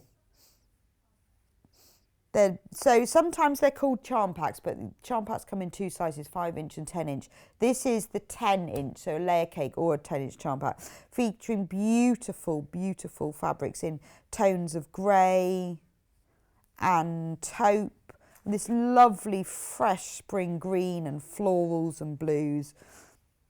And you can make this quilt using either of these collections. Basically, you need a 10-inch layer cake to make it. And the instructions as well. They're lovely, aren't they? They've been written especially by Suzie for us, for this fabric. So completely exclusive to us today. Brand new, brand new. So you're going to love this. So good morning, Suzie. Good morning. Good morning. So how did you decide? Where did you start with the fabric? Did you start with the tool? Well, the fabric was sent to me. Right. And I instantly just thought hexagons because of honeycombs. Of course, yes, yes. So I messaged back and said, I'm going to be using this. Yeah. So they said, great, yeah, go for it. Fantastic. Yeah, it does. And it works beautifully. I love the wall hanging. Thank you. Yes, I'm really pleased with it as well. And obviously, because I've tried to showcase all the fabrics, mine looks quite busy, but you don't have to use every fabric in the colourway. No, you can use fabrics from your stash as well, so you could keep the ones that you like or don't like. Yeah, and I've still got plenty left. Okay. So you can move the colours around. You can give more of a white base, more of a yellow base, depending on what you want to do with it. But as you said earlier, you do not have to have the Creative Grids ruler at all to do it, as long as you can cut a hexagon. Now, I don't know about you, but geometry wasn't my favourite subject in maths, and the angles of a hexagon are quite precise. So if you haven't got a hexagon tool, you're going to have to get the protractor out and start making correct size hexagon templates. So the hexagon tool for me was a no-brainer. I use this particular tool a lot. It's not just for creating the hexagons that you see on the wall hanging. You can use it in so many different ways. You've got your half hexagons, you've got slim triangles, but it's a really handy tool to have in your workbox. So it's definitely worth. Okay. Yeah, I mean, it is a very specific thing, a hexagon, isn't it? It is, but it makes this size of, which is an 8.5 inch unfinished, makes a fabulous, pot holder, mug mat. So it's actually quite a universal size. And because it's straight edged, you haven't got to worry about having to have bias binding if you don't like bias binding. Yeah, that's true. It also means that binding itself is really easy, or sewing 2 layers together and turning through instead of binding is super easy as well, because you've got straight edges and nice corner pieces. Yeah, and it is designed specifically for quilters. Absolutely. That's what it's for. Yeah, I mean, I think hexagons are a nice shape anyway and make a difference from a square. Yeah, I suppose, you think of all the blocks you do that are squares, whereas actually you could cut all your blocks into hexagons to join together. But I know that a lot of people panic about sewing hexagons together because of the angles. But what Creative Grids have done superbly with this ruler is take that fear away, because those little holes, and there are a lot of them on the ruler, there are lots of little holes. Specifically designed to mark your 1/4 inch placements for your stopping and starting of stitching. Oh, okay. So that there's holes everywhere in it. Absolutely. And it means that whatever size you're working with, they're marked as well. So you can, as you're stitching together, it all goes together really easily with no stress, no unpicking. Right, okay. It's super. Well, it's just brilliant. I absolutely love this tool, as you can tell. Yes. Right, well, so where do we start then? So, with the table runner or wall hanging, it also actually is the right size for a sewing machine cover as well, if you wanted it to be. Oh, that would be a beautiful sewing machine cover. Yeah, I suspect my youngest daughter will be earmarking my one. She's Phoebe, by the way, B. Oh, okay, So of course. That's where she is. So do your daughters sew then? They do, yes. Oh. Yeah, they do. A lot? Well, my youngest is actually doing a course at university, costume construction. Oh, so well, yes, she she's does definitely sew a lot. Yes, she does. She's very talented. So I started with the hive in the middle when I began this, purely because all the others were samey blocks and the hive was slightly different. So in the instructions, what I've given you is how I pieced it together using the layer cake. Okay. You do not have to use the fabrics I've used. You can use any fabric you like, but this is what I did because I wanted that hexagon black fabric on the outside of it, and I wanted to use a mixture of the yellow base and the white base fabrics to build up the layers of the hive. And all you're doing is cutting rectangles to various sizes and doing what we call snowballing the corners. What's that? I've not heard so of that. Easy. So snowballing. Such a simple. So I've cut one piece here for us, and with it, once you've cut all your pieces, I do keep them laid in as the picture is in the diagram. So you've got everything laid out in the right order. That, or I put little stickers on with their numbers, you know what number they are. So I know which is which. It's fairly obvious because they graduate in size. But there's the diagram. But we all get very carried away, don't we, when we're stitching. So one tip I will give you for when you're cutting the black fabric is if you cut it up on the reverse, so wrong side up, it's actually a lot easier to see the markings on your ruler. Oh, of course, yes, because it doesn't show, otherwise you can't see the markings. Yes, because that's it true. really is a deep black. So if It is, isn't it? yeah, it's not an easy one to spot. And I'm just trying to find my friction pen that has buried itself. There you go. So what you're going to then do when you cut all your pieces is cut 10 1-inch squares. And these are the bits that are going to snowball your corners. Right, so just sort of cutting the corners off. So we're cutting the corners. So I've never heard it called snowballing before. Maybe it's an American term. Don't know. Yeah. So you're going to just take a fabric marking pen of some description and mark the diagonals on all of the 10. When you're doing the hive, you'll do all 10. And then for each piece, you're going to place them so that on the left-hand side, you've got your diagonal cutting from bottom left to top right. And on the right-hand side, you've got it cutting from bottom right to top left. Now you can pin those into place if you want to, or you can just wing it. But then what you're going to do is stitch. I'll just do one just to show you. Stitch it across the diagonal, and the reason I mark it is because it means you do stay on the line much more easily than winging it. As you go on, you can wing it, but then what I do is trim back, leaving 1/4 of an inch allowance. You don't have to trim if you don't want to. It just means, especially for this project where you've got a lot of layers eventually coming together, it means it keeps it tidy and less bulky when you're sewing together. This quilt cut and press is just awesome for this because you just flip. So set your seam and press it over. So you can see, as I've left, I would trim that bit as well. But you can see that you've got a little snowball corner. Oh. And because you do those corners in the background fabric, when you put it all together, you get that hive shape. Yeah, no, it looks lovely. It doesn't look, when from here, that you've got all the separate pieces. No. It looks like one big piece. Exactly, yes. And I've used the same piece for the door as well. But again, that's personal choice. You don't have to at all. You can use whatever you want. So you'd build up your hive and then you come to cut your hexagons. Now in my design, the ruler itself will make a series of what I call stepped, I think the pineapple, is it called the pineapple? Yes. Block, where you've got almost like courthouse steps really. Yeah. But on this hexagon ruler, you can have a run of different levels. So if you start with a 2-inch hexagon, you can do 3 rounds. If you start with a 4-inch, you can have 2 rounds. And if you start with a 6-inch, you can have 1 round. And obviously if you go for the 8-inch, then you'll get no rounds at all.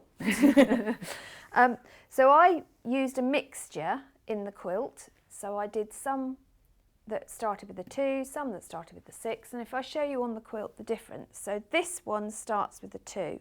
So you end up with a very small piece in the middle. Oh, so that's just the 2-inch hexagon. Yeah, right. And then you build it up to your 3 rounds. Yeah, so that's the sort of the number of strips of fabric that go around it. Absolutely, yeah. And then this one is the 6-inch one. So that just has one border around it. That's it. And then at the top here, we've got the 4-inch one. So it's you've got 4 2 and you've borders. got 2.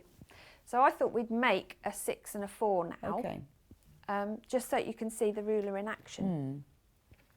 So, and I have to say, normally we all ignore instructions, don't we? Yeah, yes, and then think, where did I put those? It's like, yeah, what do I do?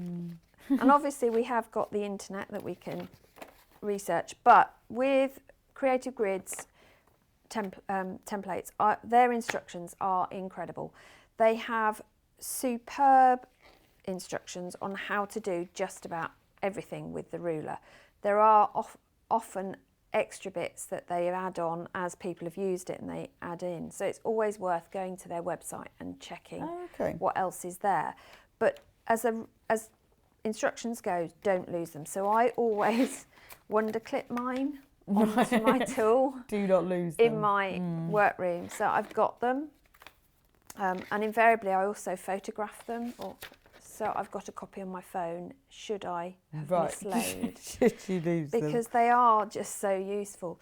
So whatever size hexagon you're going to start with, you need to trim your fabric to 1/2 inch bigger. So we want to start with a 4.5 inch hexagon, which is the second solid on here. So I'm going to trim my fabric strip to 4.5 inches. And this is really confusing me, this ruler.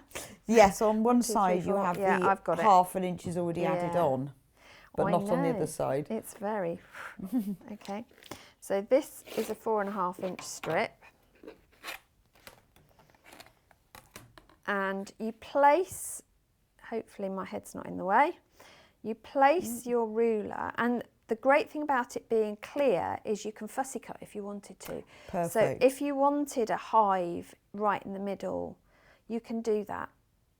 Or, you know, if you're using different fabrics.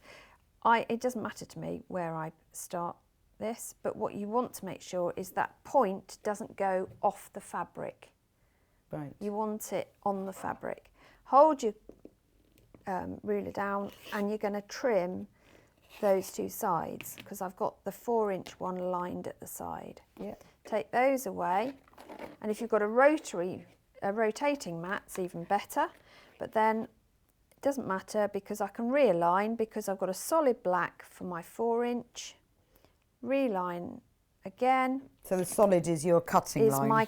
Is my 4-inch marked line. So my cutting edge is always the outside of the ruler. There's no internal cutting lines at all. So that's done my 4-inch piece. Perfect. So now I've got a hexie. So I've now got what will be a finished 4-inch hexagon, which is perfect. You then, so I want 2 layers coming around here. So you then choose your fabrics, and believe me, that took some time. Well, it's difficult, isn't it? Because they're all so lovely. Yeah, I know, and also they all sort of coordinate, so it's working out do. which one will make which one stand Yeah, out, and but they are really lovely. They are gorgeous, and you've got the same design in each of the 3 colourways. Oh, okay. So you've got a hexagon background, you've got the vintage honey and hive background, and you've got the beehive, and you've got the bees, and then you've got a reverse image of the vintage one, and they're in the 3s. So although I say it takes time, it always takes time to sort fabric, doesn't it? Because you just fall in love with it and you don't want to use it. So for round 1, they in the instructions it talks about light and dark. You just decide what your fabrics are, but you need different fabrics, and you trim them down. So I'm going to lay all the pieces so you can see the sort of build up that we're going to end up with. So this is my round 1 that I've cut, and they're all 1 3/4 inch strips. Right. For the whole thing. Whatever size you do, it's 1 3/4 inch strips, which makes it a lot easier and a lot less wasteful of your blocks. You know, your 10-inch pieces, because if you change your mind, you've still got the right width the strips all with the carry on same. for something Right, else. that's quite handy. So that will be my round 1. Round 2, I've done in the same, and you'll be placing them like this eventually. So that's the effect we're looking for. So it's really simple to do.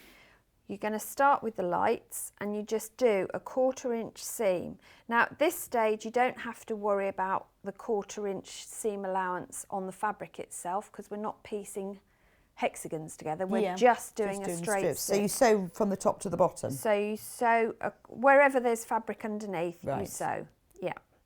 Just make sure that it's centred, because obviously as you push it back, and I'm just realised I'm going to need to press, so I'm going to move those out.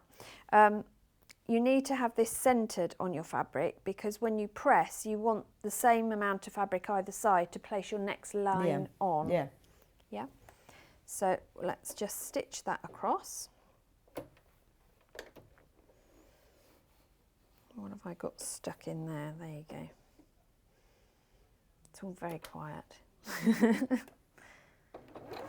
Okay, so just so you know, half of the stock of the Bees Life bundle with the instructions has gone. So if you want it, you need to put it in your basket and check out. Right. And then you can get on with watching the demo. But you must check out, otherwise it will just go. So you do need your iron on hand for this, because what you're going to then do at each stage is press back. Okay, so we're now going to do the other two. I'm going to do them together. And you're doing alternate sides. So miss a side, right sides together, centre your fabric and stitch. And you've done them alternate light and dark as well? I have, yeah. Yeah. It just makes more the graduations and the steps more obvious when you come to finish it off. It looks, it just looks a bit different. I'm just going to open that out while I centre this one. But these blocks are really, although they look like there's lots to them, they're really quick to put together. And actually the whole thing didn't take loads of time. I think I probably spent more time choosing fabric than I did putting it together and saying, oh, I can't use that one, it's too nice. So set my seams, press back. Don't trim anything just yet, because you want to get the next layer on. So you're going to trim, whatever size you do, you trim every other layer. That's the easiest thing to remember. Okay. So now I'm going to come on to my dark pieces. So again, right sides together, and you're following the line of the fabric here, making sure that it's cutting across, sorry. And again, if you want to pin just to hold it, you can do.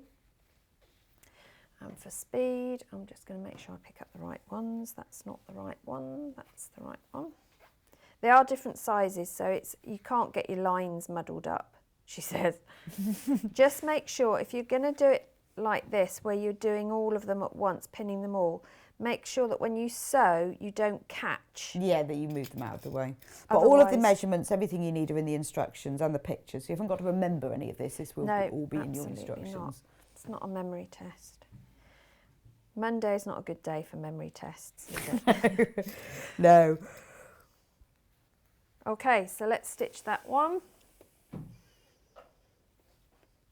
keep going to press the socket instead of the foot pedal. Yeah, it doesn't work very well. No, do you know, it doesn't.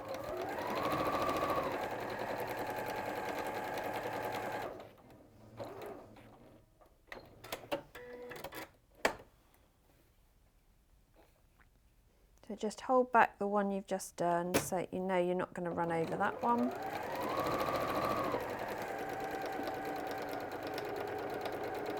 And I forgot to say that it is a 1/4 inch seam all the way through. Okay.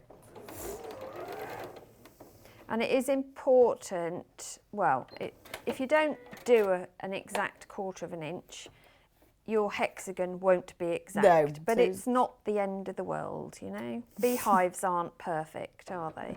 Although I'm sure beekeepers will tell me otherwise, but life isn't perfect, so it's not going to be the end of the world.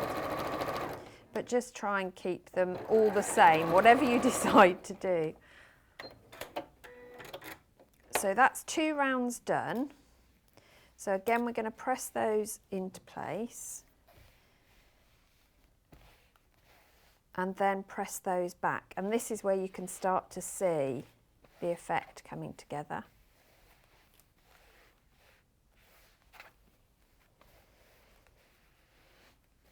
I mean, that just as a mug mat would be super, isn't it? Yeah, that's done now. Exactly. Who needs to do more? But we're going to trim, and you don't have to trim if you don't want to, but I did find that if I didn't trim, it got very bulky. Okay, so it's just easier It's to just trim easy after to trim. each round. And it's quite easy to trim because you've got on the, I don't know if you can see, if I put it on the black you'll see, you've got a white hexagon. If you place... Ah, yes, which I couldn't see, but I can now. If you place that on the point of your hexagon, your central hexagon, you can line up your 4-inch markings on the ruler, and then you can trim your sides. Now you can't trim all the sides at once, you just find your best one. That's my best one, I think. There you go. And you're going to trim 2 at once, so you're going to have to move it a couple of times. So get rid of all those dog ears. Turn it round, reposition, and you're going to do the next 2. Remember to use the white one, not the black one, because you'll end up with a very small hexagon. Yeah, I suppose you can quite easily see that though, can't you? That you're. That's why they made it white Yeah. rather than black, because then you know which one you're following. Let's just get rid of that one. Last one.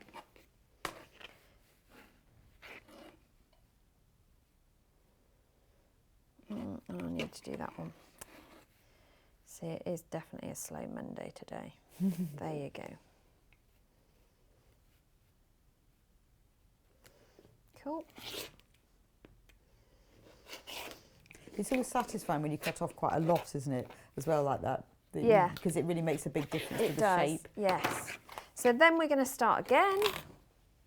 So where the light was before, we go light it again.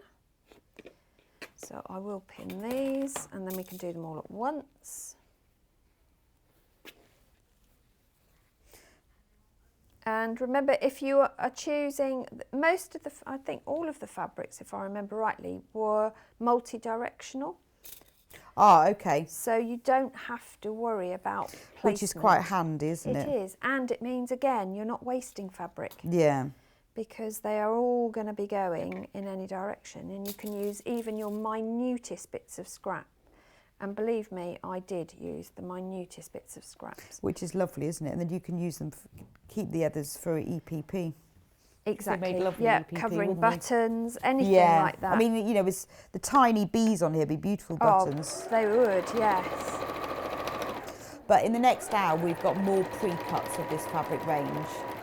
So we've only got 15 left now of this bundle with the instructions, so you do need to check out. But we have got more of different size pre-cuts, not the same ones, coming up in the next hour. And a quarter of the stock of the ruler is gone as well. I'm looking forward to the holes bit. The holes bit, yes. The holes bit. Well, we'll do that. Because that's bit. quite, I don't know how that works, can't imagine that. It's good as well, I love creative grids, they always put all little pictures on it. It's like they use every available space. It is. So that it's easy enough to see. Well, they're definitely a ruler or a tool made to do a job, and they're designed and used by the designer.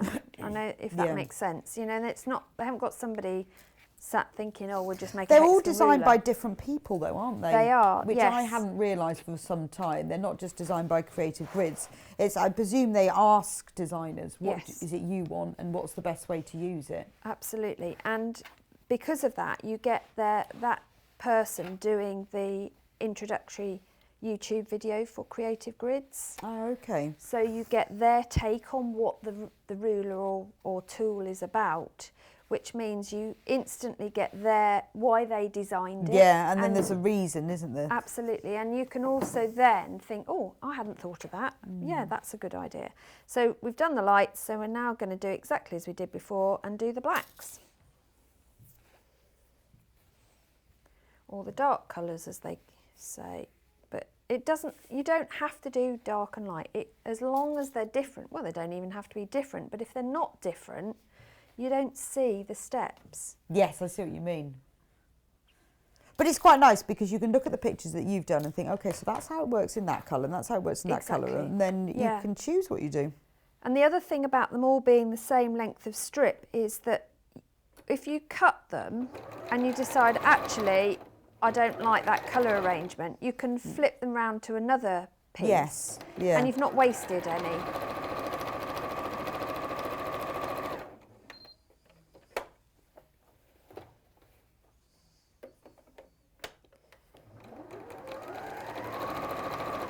And the fact that they're all straight seams is even better.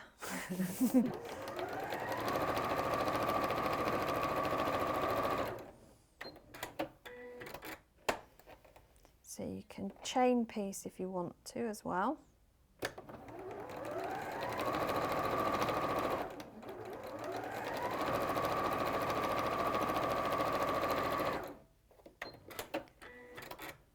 So it pins out. And then, oh, I forgot to just do that on that side. Sorry, cut my thread. Oh, there you go. That was the most cat-candy way to cut a thread, wasn't it? But Oh, you've got the press thread seams. caught so you couldn't press Yeah. it open. I was trying to be quick. Doesn't always pay, does it? The No. detail in the bees on this fabric is unbelievable.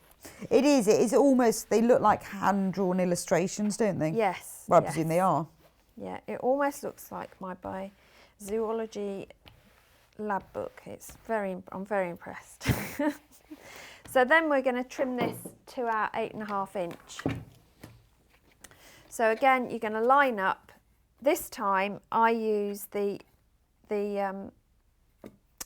central markings to get my ruler in place. You can get it roughly where you want it to be. Let's do this. And you've also got a centre line, so you can line that up okay. through the centre of your middle hexagon, if that makes sense. And then you know that it Then will be the same that size it's going to all the be way the around. same. Yeah. And that's what I like. That everywhere you try and position your ruler, you've got the bit you need marked for you. So again, you're just going to go round the sides. And you can do 4 sides at once on a straight bed, I found, without having to dislocate your shoulder. And then you just swizzle round to do your last 2. Repositioning is really easy. Just make sure everything's flat. And you know you've then got a perfect hexagon. Exactly. And a pile of very little. I mean, look how little waste there is. That's what I really loved.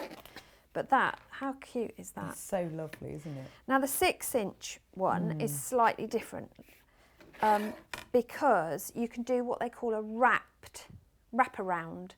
Rather than this, where we've stepped it, Yes, yeah. you can wrap them so they all look like they're interwoven. Oh, okay. And that sounded really complex, but actually is super easy to do.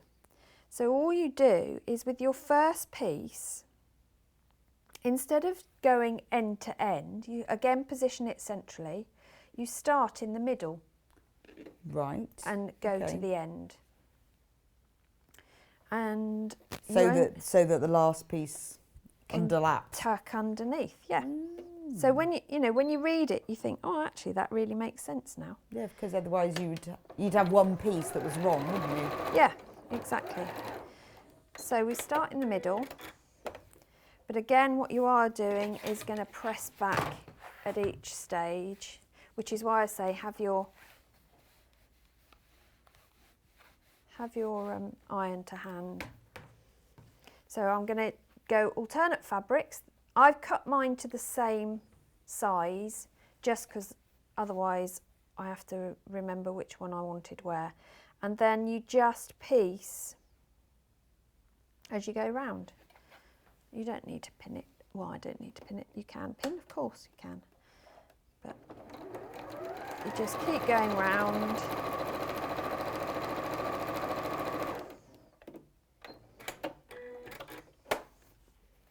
Again, you're going to do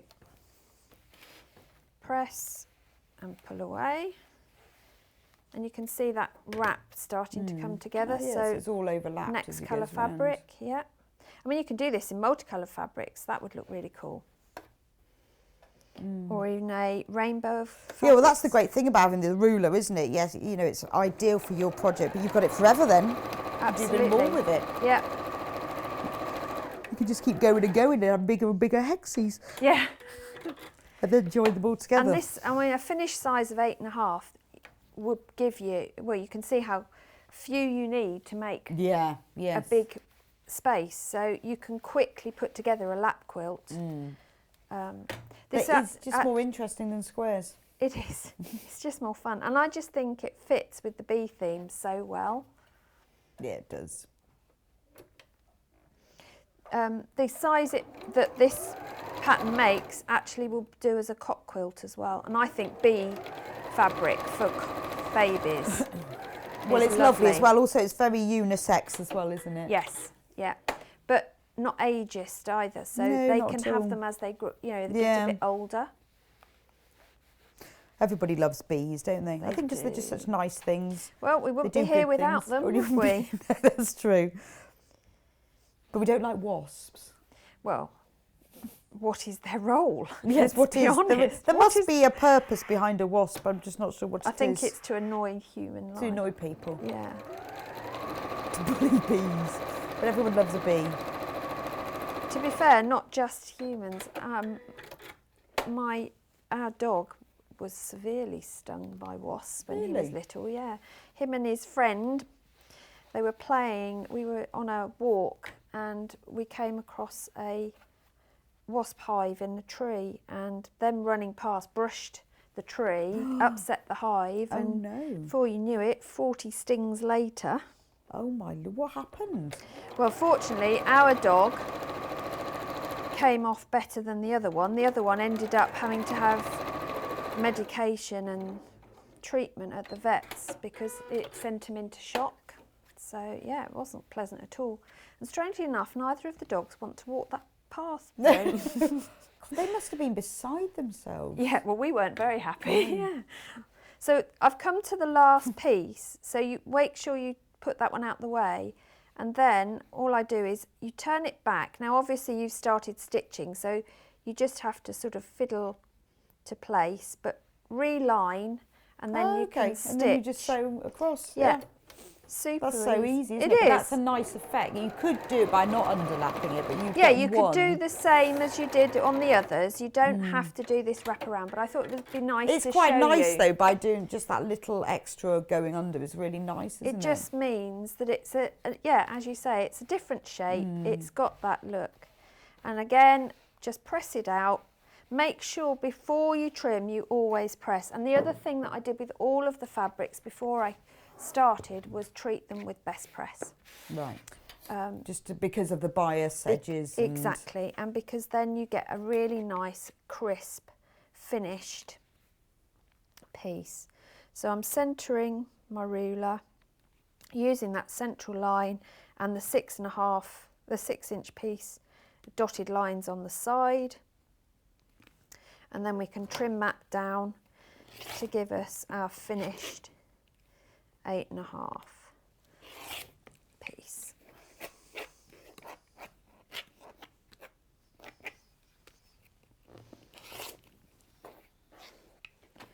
Move it round. Oh, I've got one bit that doesn't want to come off. That's typical, isn't it? And then I can show you what these holes are all about. Yeah, that's the most. That's. It is exciting. I thought, to start with, oh look, they've given me a hole. I can hang it on a peg. Yes. And then I thought, well, hang on a minute. They've Actually, given me lots of holes to hang it on a peg. That's ludicrous. Yeah, I think that is the hole to hang it on a peg. The one big One one. is, isn't it? yeah. But it's all those tiny ones. Tiny ones as well. But And it must take some precision getting these things right, mustn't it? Creating Yes. the template, getting the angle. I mean, I suppose they do on computer. But what I think is so brilliant is it means I haven't got to find another 1/4-inch ruler to do those markings. So there you go, we're all trimmed, we're all nice, apart from that one dog ear, which is going to annoy me. There you go. So to put them together. So now you've got the two hexagons that are the same size. Exactly. So what you're going to do is flip them over, and you'll want some form of fabric marker that's got a point long enough to get through the ruler. Okay. So, because sometimes the chalk ones aren't very long, Yeah, or are they're they? too fat and you can't get Yeah. them through. So line up your ruler, and then with your pen, just go through on every corner into the hole and mark that point. That's all you need to do. You're going to do that for all of your hexes that you've made. And every size hexie has got those holes, hasn't it? Exactly. So if you are doing this in Even if it's the miniature. 2 inch, the yeah, 2 inch has you got the can holes. Yes. Oh, So if okay. you want to make a miniature quilt for a doll bed, Rather than doing EPP. do it in 2-inch hexes. Yeah. I've always wanted to try that and haven't done. Haven't you? Machine sewing I have. hexes together, have you? Yes, I have. Can you do Well, it I with have. smaller than that, or is it too tricky? It just becomes difficult to handle. Right, okay. I think the smallest I got, I did 1.5 inch, I think, was the smallest. I mean, which is unusual for me because I tend to go small straight away. So you're then going to place these right sides together, and because the fabric goes every way, it doesn't really matter which way you Yeah, go. no, that's true. So I'm just going to put these two together, and I will pin them, and I'm going to show you, hopefully on the overhead you can see. So my dots are here and here. So when I start sewing, I'm going to start at that dot, and I'm going to finish at that dot. Okay, yeah. And I'm not going to go beyond. If you do, unpick it.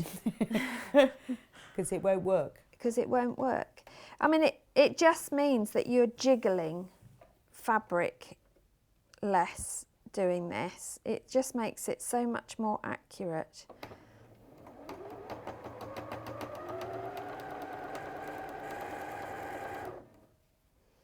So I suppose you only need to mark the dots on one piece.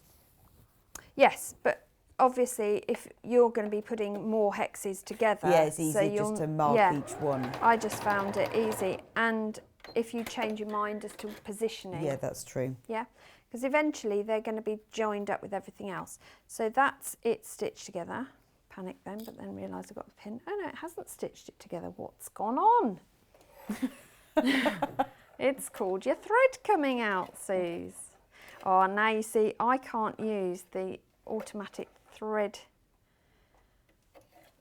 on this machine either. It didn't work for some reason. It does. I mean, it's there, but either I'm doing it wrong or I can't see. So I'm Yeah, gonna mine have at to do home this. stopped working. I think find a after a pair of while, I glasses. think the wire can get bent on them. Yeah, it And I just think that's didn't happened seem to to mine at want to home. catch at all. But let me just put these on and I can actually see a hole and hopefully thread it. Otherwise, I'm going to be here for ages. Yeah, there you go. Easy peasy. Message but there is from Linda. I've ordered the kit, ruler and the extra 5-inch fabric packs to make a quilt for my husband's chair for his birthday. He loves honey. Well, there you go. Oh, that's perfect, perfect. isn't it? He's going to love that. Oh, he will. What a lovely gift. So yeah, over half the stock of the ruler's now gone. I really want one of these because I like the idea of having to go over the machine pieced hexes. And 3/4 of the kit, so the layer cake with the instructions have also gone. So when you come, you're then going to, obviously you'll press it back. Yes. And it is, I know I keep saying press this, press that, but and you think, oh, do I really need to? Yes, you do. Is the quick and easy answer. Yeah, just do it. Just do it. Don't moan about it. You get a better finish. You do. And I pressed the joining seams open. Right. It's always a big debate, that, isn't it? Some people are a Yeah. bit sniffy about it, about, oh, shawls pressed to one side. But I think it's really up to you, where you feel the bulk of the fabric is. Yeah. And sometimes And I've repressed on occasions because of that. sometimes it needs to be open. Yeah. So what you've then got, you can see you start to get different shapes coming in. So you can put another hexagon in there if you wanted to. On the quilt itself, on the pattern, I had a 3-2-3-2-3 grid, which I'm sure is some amazing football or rugby positioning, but it just happened that it worked, but left me then needing 2 half hexes either side, and then 4 what they call skinny triangles. I didn't have to work those out because guess what? It's all marked on the ruler. How do you join the next hexie in though? So what you would do is, let's quickly cut a hexie and we can show you. These are all the bits I've got left over, so you can see I had loads left. Let's choose one of these. We'll cut a quick 8.5 plain hexie. So this just shows you don't have to Yeah, that you do can a actually just do fancy, plain ones. You can just do a plain. And on that occasion, you can use one edge already cut. So you're wasting even less fabric. Well, that's good, isn't it? So if you wanted to keep it really simple, Yeah. no, You don't no have piecing to do- required. Yeah, just do your... Yeah, rotating cutting might be quite handy, wouldn't Oh, yeah, I have one at home. In fact, I have two. I have one small one for EPP that is lap size, so I sit there in an evening like this, cutting everything. And then I have one massive one that I absolutely adore. we are out of stock on ours at the moment, but we are getting more back in. So Watch this space. I am going to mark my corners again. And you think it's laborious, but I always think the detail is in the prep. It's hard marking things after you've sewn. You know, like you've sewn something on, and you think, I wish I'd marked the centre points. Yeah. And it's really hard doing that once you start sewing. Yeah, so don't it's do it in worth it. retrospect. And then you don't have to think about whether you need them or Exactly. not. So when you come to join, it's going to go in here. Yes. Okay, looks like that. So when you come to join, put your right sides together, and you'll see that where that quarter dot is, it naturally falls in that first seam. Right. So you know you're going to stop there. You're not going to go beyond because you don't want to go over here. Because you stop. So you stop at the dot, You which stop hits and start that at the seam dot. as well. Yeah. So it really is a dot to dot process, which means you haven't got to keep thinking, you haven't got to keep remembering. If you just think dot to dot, quarter inch, it all works out. Oh, so you stop there though. So you stop there as well. So you press that back. So that's joined. So to do this side, you bring it over, line up your fabric top again, and again your quarter inch dot is falling in that seam. Yeah. So you start and stop So that's there. so. Could you do it where you pivot the needle and leave it in, or is that?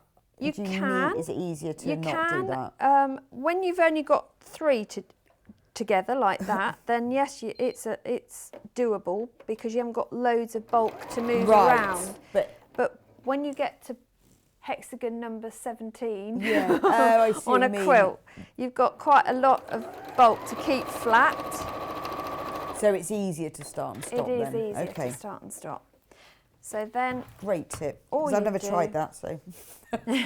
all you then do is Perfect. make sure you press, okay, because that will ease out your seams. So set first,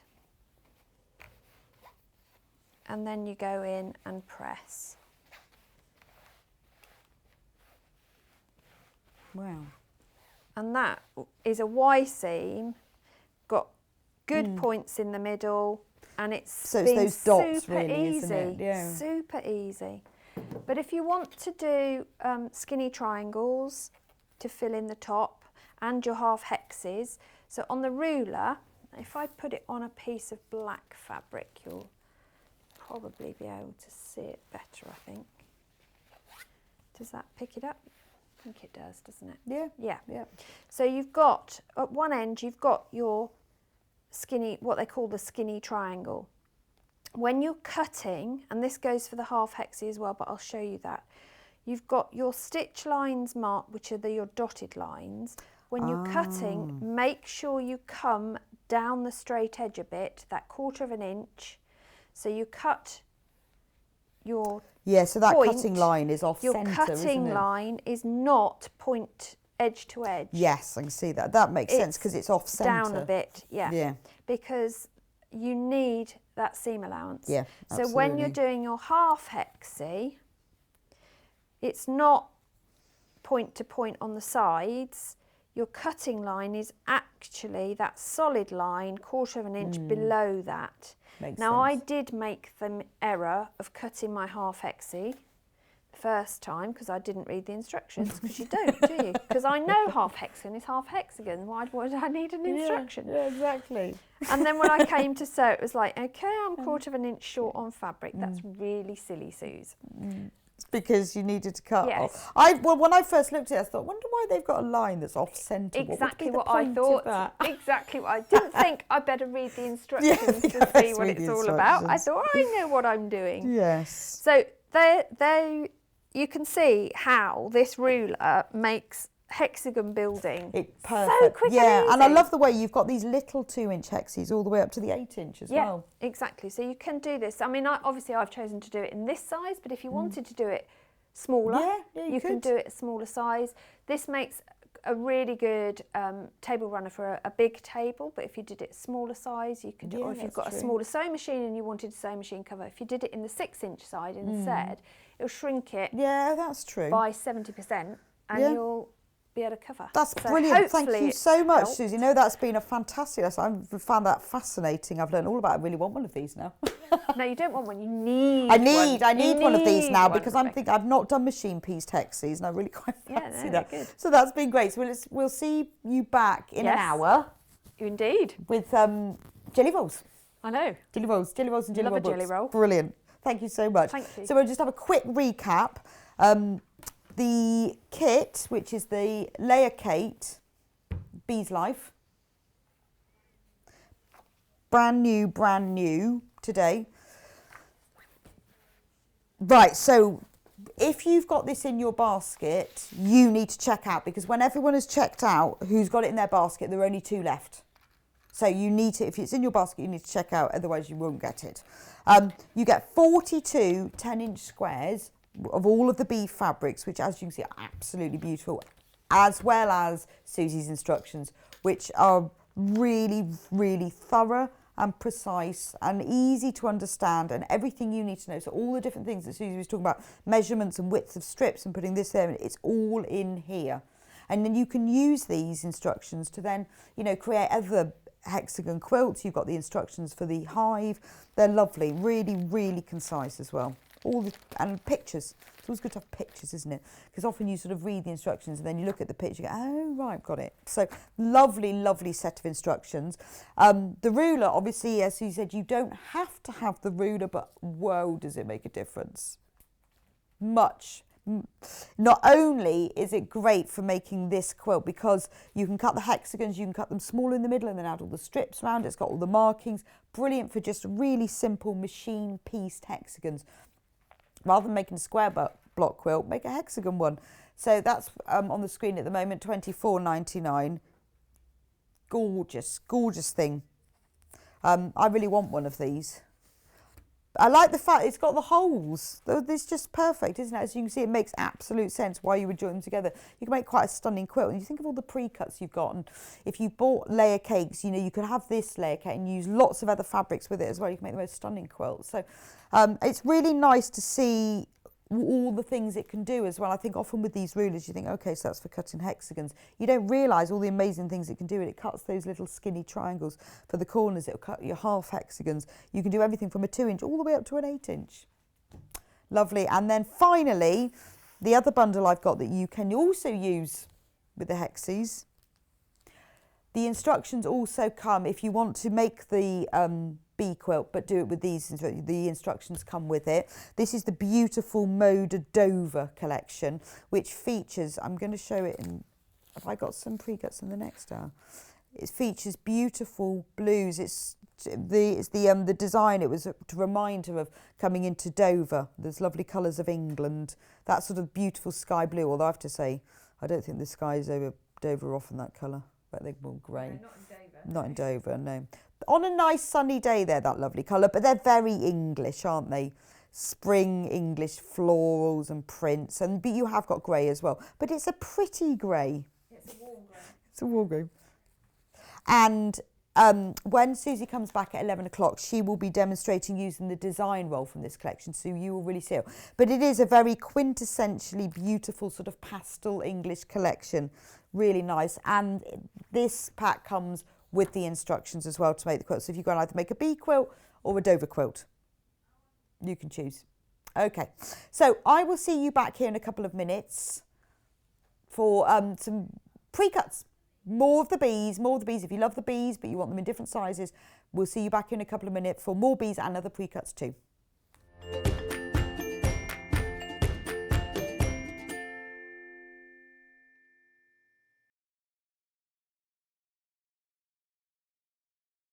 Hello everyone, I'm Delphine Brooks. It's so great to be here and part of the Sewing Street family. I'm local, I'm only down the road in Warwickshire. I started sewing many years ago when I was very young, doing lots of art and painting, and eventually I went into textiles, and I really enjoyed doing the two together. I then had a bit of a break. Something you don't know about me maybe is that I spent many years in the Royal Air Force and eventually in the police as well. And then I went full circle and I've come back to my happy place of sewing, and which I really enjoy. My best sewing tip is measure twice and cut once. I have chipped up a couple of times by not measuring properly, and I do always regret it. So now I always measure twice, cut once. Anyway, I really hope to be with you again soon, and I look forward to seeing you again soon. Thank you.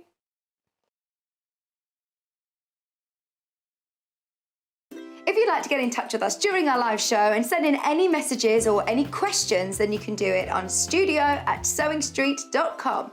Alternatively, you can message us on our official Facebook page.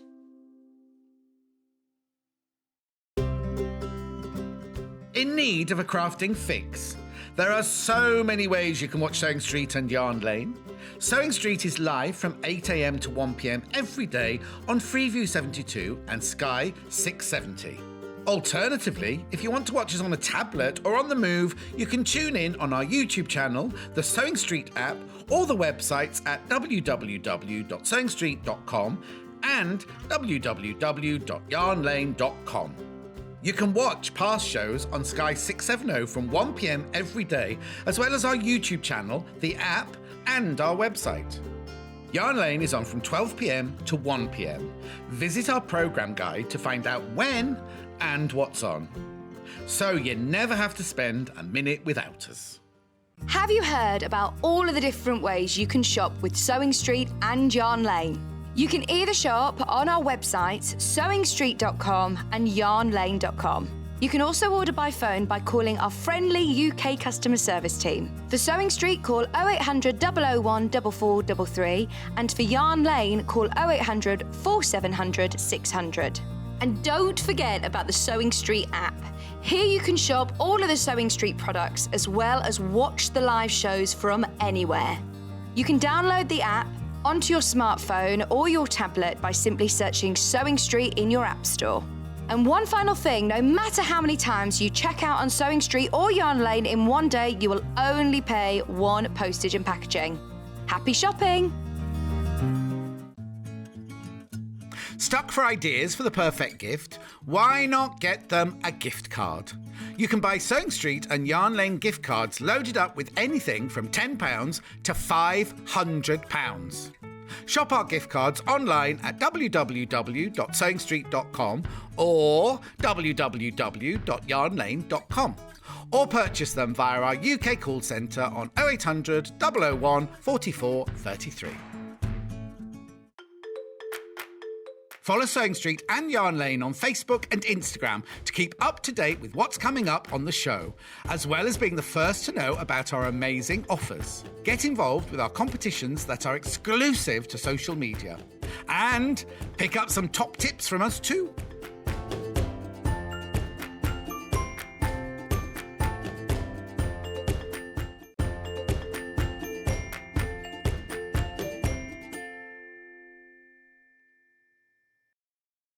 And welcome back to Sewing Street. I'm just opening up a jelly roll. There's something so lovely about opening up a jelly roll, isn't there? Although when you get it, you don't really want to. You want to take the plastic off, but you don't really want to open it because you can never get it back as beautiful. They must be put together by a machine.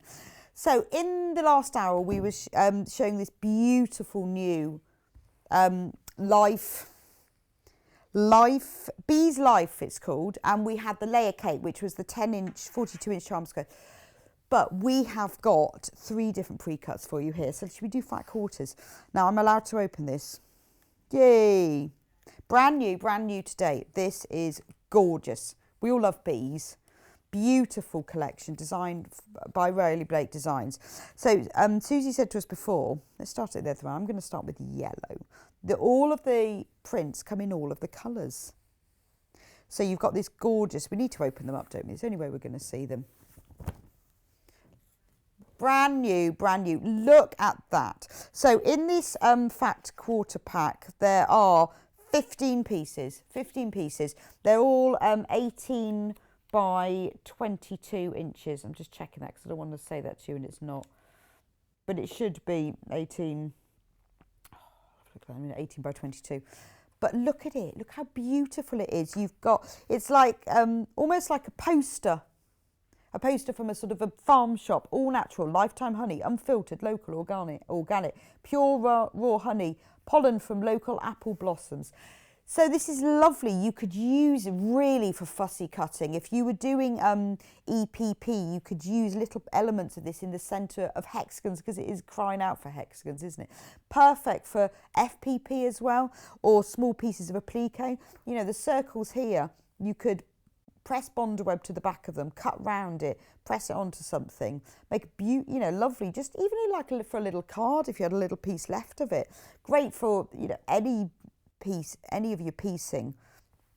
But if you were making something small, like maybe just a cover for like a little A5 notebook, how pretty would that be? I mean, you can buy those for sort of a couple of quid in a stationer's, and then you use one of these to cover it. What a beautiful thing.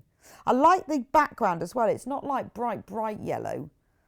It's more, no, it's not even mustard really. It's just a softer yellow. So it's not your sort of super bright. And it's not even Dijon mustard because that's a bit browner as well. It's just bee yellow. Maybe that's what it is, bee yellow. Right, let's go for the next one. Upside down. And this one, Hannah has an article from my Ideal Home to show us. Because this one, it's got lots of hives, different shape. Save the bees, honey, long live the beekeepers. This is lovely, isn't it? So you've got, it's multi-directional, which is lovely. So again, perfect for fussy cutting, but a really lovely all over print as well. And I like the little, the lettering. Honey bee, honey, save the bees. That's really lovely, isn't it? I like the fact they've got the different shaped hives as well. You've got these sort of traditional over ones, but then the ones that have got the little handles on top as well. It's really it's a lovely mix of colours because they've used that sort of soft yellow in the background, the same as the last one, but then used a sort of a deeper, more mustardy yellow in the other hives. But, brilliant for gifts. Really good for, if you want to make things like, tea cozies, aprons, pot holders, all that sort of stuff, but very on trend. Or just a little tote bag. Oh, here's Hannah's article from Ideal Home. Whole article on bees and interiors. Yeah, I mean, bees are, I love that. Bees are really in at the moment. But, just a little tote bag would be beautiful, or a cushion, or you could use it for a chair cover. Or if you are from Manchester. Okay, is it the logo of Manchester? I didn't realise that. So there's loads of different things that you can buy with bees on, sort of from crockery and, other homeware. But this, therefore, would go beautifully with it. If you know somebody who loves bees, ideal thing for a gift for them. So that's one of the prints. With Mother's Day coming up. Maybe you could just buy them some beeswax, some of the soaps. Tell you what you could do. I've bought some of this. Is make your own beeswax wraps. I was going to say, I bought some of the organic beeswax. Bought it on some shopping internet site because I don't think we should sell it. And then all you do is you get this beeswax and you can either put it on the fabric and then put some greaseproof paper on, iron it on, or you just put it in a tray in the oven until it all melts and then you can put the fabric in. The beeswax wraps cost quite a lot, but you could just make your own. And actually the little pellets are not very expensive and you can make loads with them. But I love this one. I really like this one because they're flying all over the place, all multi-direction. Some of them are just outlines, just etch strings like this one here. Others are all coloured in, and if we get up really close, you can see, even though they're very small, like the size of my finger, they are absolutely accurate. They're beautiful, and I love the colour of the background. And it isn't a plain yellow either. It's got little markings all over it, so it makes it very natural. It is like a beeswax. Message from Jennifer. Loving the bees. How many fat quarter in the pack? There are 15. 15 in the pack. So this one is just your hexagons. Wouldn't that be like the best EPP ever? But it's lovely because if you were making something and you wanted to join different bits together, maybe you were making a cushion, you could use the larger print here for the centre of the cushion, part of the larger print, and then this could be the borders around it. Maybe you want to use a tote bag and this is the lining or the pocket. Perfect for EPP because of all the little hexagons. Message from Susan. I love this fabric, says I love the bees. Well, it is lovely, isn't it? And then this one, again, that same yellow background, but with pure raw honey. In fact, that is the same as this one. Exactly the same, but that one's in black and that one's in the sort of the darker colour. So you can see how well they go together. Now then we've got the ones with the white background. They're not bright, bright, bright white. They're more ivory. And these are exactly the same. So you've got that drawn like advertising background. You've got the hives, exactly the same. Then you've got the bees. So you can mix and match all of these. They go together beautifully, don't they? So you could think, well, I'm going to have the white bees with the yellow bees. You've got the white hive, the white hexies. Aren't they lovely? And then you've got the... that's lovely, isn't it? It's the same as the yellow one in the background, but it is more, it's crisp, but it's not like super bright. It's an ivory, but it's very crisp colour. And with this more of a sort of a darker charcoal grey print there. So they mix together really well. Let me move these up and then we'll bring in the blacks. So we've got that one there, but this is black with grey. That's beautiful. And look at this hexie. Black with white hexies. But the way that they're done, if you look really closely, they're not printed as perfect lines. They're almost as if they've been hand drawn, or when you draw around something and sort of slightly part of the line is a bit missing. So it's got that real sort of hand drawn illustrated effect. I love this one. The black one with the bees on it, I think is the most stunning bee one. It seems to show up. The bees look amazing on that. And then you've got the one with the hives on. So basically, you've got 5 different prints in 3 different colours. And then that gives you the 15. And then finally, that one.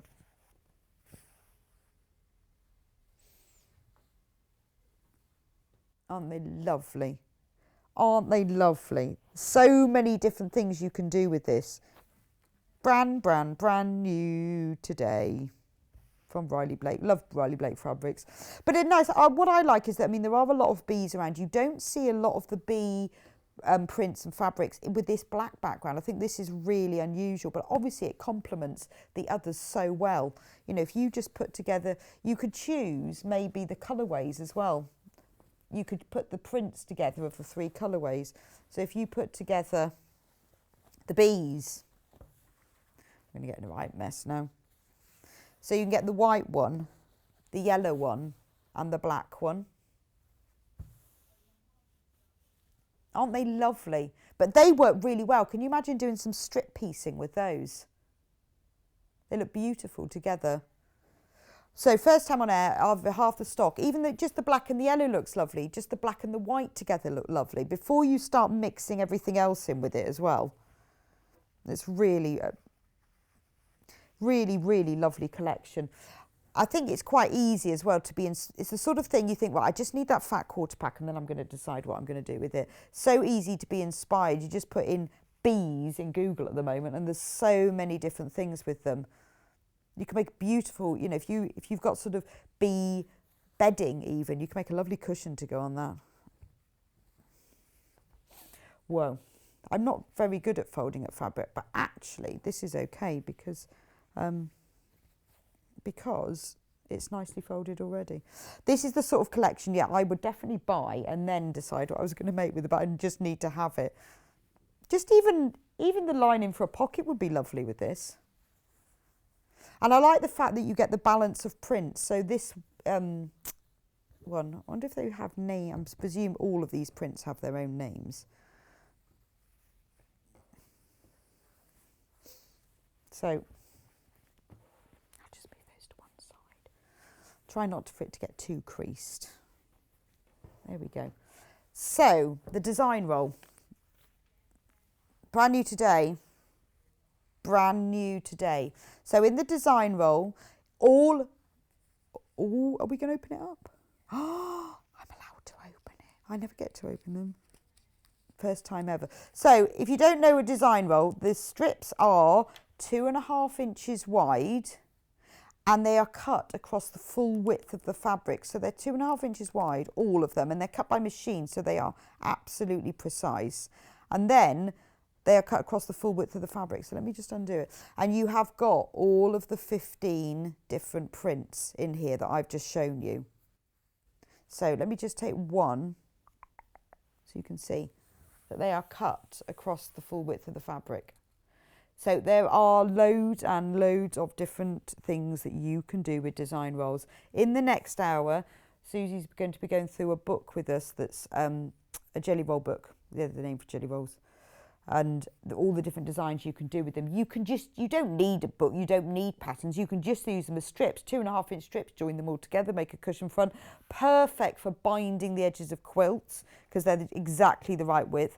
But lots and lots of different things, and the fact that they're all machine cut means that they are absolutely precise, so they're very easy to work with. You don't need to be doing the cutting, but you can join strips and strips of them together and then cut them the other way, and then you've got all squares.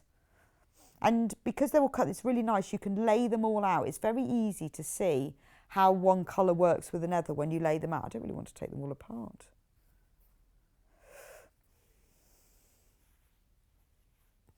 I think so there's 40 pieces in here, therefore there's 15 different prints. So some of them you're going to get more than, so look, there's 2 of those because in fact there's 3 of those.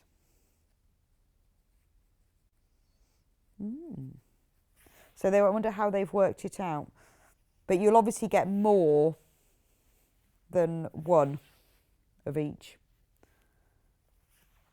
But they look nice, so they're really nice to be able to lay out next to each other if you want to work out how is this all going to go together. If you think, all right, well, I want to put the white bee, the black bees with the white hive, they're much easier to see together. When they're strips like that, very easy to move around. If you think, well, I want to make a cushion that's black and white and I'm going to do it in stripes. So if I put that one and that one together, oh yeah, that looks nice. Oh, but what if I put a yellow one in? Well, I'll just put a yellow one there. And then it's much easier to move them around and see. Or if you want to try and see what it looks like when you bind something with them, you could join them all together in one really, really long strip if you join them with diagonal seams, and then you can bind the edge of your quilt. But also, at this size, they're ideal for just cutting small pieces of.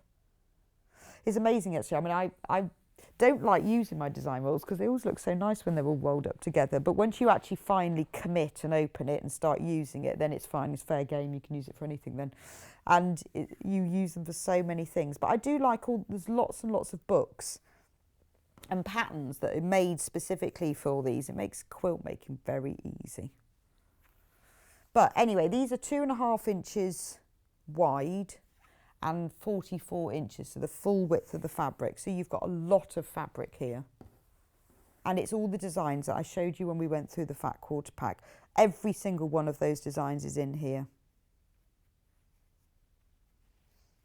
Which is lovely, isn't it? Because it's sometimes when you see a fabric collection, there's a specific one that you like and that one's gone. So that's why I think these pre-cut packs are particularly good, because you get everything. They're all there, and it won't be the one that's sold out because it's all in there. Let me just put those back together. Obviously, you will never get them rolled back up again in the way that they did them. But you can vaguely, the way I store mine is I sort of fold them, I put them back together and then I sort of fold them up and then put them in a plastic bag, because that's about as good as it gets. They must do it by machine. I don't know how they would do it otherwise. So that is the design roll. We've also got it in a 5-inch charm pack. So in the 5-inch charm pack, you get 42 pieces, which are obviously 5 inches square. And because there's 42, you will get more than one of each one. I'm not going to open it all up because you've seen them all in the fat quarters, but you will get more than one of each of those fabrics. And again, there are lots and lots of patterns and prints and designs that you can use that are just for charm packs, but you can just do whatever you want with them. I mean, they'd be great for cutting 4-inch hexies with. You could use them, you know, you could do them by machine like Suzie just shown us, or you could do them by hand. Join them together, and they're really useful to make patchwork cushions and bags with because they're pre-cut to a specific size. Over half of those have already gone, which I'm not surprised because they are beautiful, aren't they? And it's lovely that you know that when you buy the charm pack, you've got the whole collection. And, you know, if you have a look around, there are lots of different patterns that use these if you want some inspiration of what to do them. But just, you know, keep them. Then that moment will arrive and you know you want to use them. Okay, that's bees. That's bees. Right.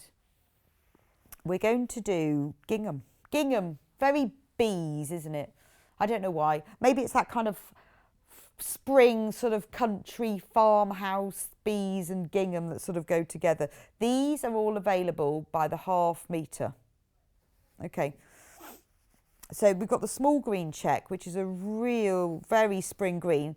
Makes me think of Easter. It's only £3.99 a metre. 100% cotton. It's a printed gingham, not a woven gingham, as you can see, because you can see the back of it. But it is very spring, isn't it? So ½ metre, just £3.99, but it does make you feel Eastery and springy. But you could use, it would look lovely, I think, with some of these bee fabrics, wouldn't it? Even the bees with the yellow would look lovely with it. That's nice, isn't it? The bees on white, very fresh. But if you wanted to use these bee fabrics for something but wanted to line it, this is perfect. Just beautiful. It's just that sort of combination of the really crisp whites and yellows of the bees and the black with that gingham. It's beautiful, isn't it? And sometimes it's something that you don't really think about as well when you're trying to combine colours and prints. But it's nice when you put these things together. It works very well. Even the yellow, I love that yellow because it isn't that sort of bright, bright yellow. We've got a yellow gingham here that's very bright, but it's different. So you can see the difference. It's not that sort of mustardy, browny colour. It's just more of a subtle yellow. So that's the green gingham, and that's the small one. But remember, this is by the ½ metre. So if you want more than ½ metre, just if you want a metre, put 2 units in, then you'll get a metre, but you will have it as 1 cut piece because all of our fabric that's cut to order, they will cut it to the size that you want. So if you want 3 metres, you need to put 6 in your basket, 6 units, and they will cut it. And you will get it as 1 piece, not separate pieces. So if you're thinking, oh, I need to make some girls' summer dresses in green gingham, and you want 4 metres of it, put 8 in your basket. We've also got it in pink. That's really pretty, isn't it? I'm just thinking Easter and rabbits. £3.98. If you're thinking about making some fun Easter makes, just pretty things, or just some table linen or some napkins, or using it to border something, that's so pretty, isn't it? So it's in the green or the pink. I mean, and they go really well together. So if you wanted to buy sort of a combination of them. Now we've also got the gingham in the larger check. So look, let me just show you the difference. That's the small, that's the large.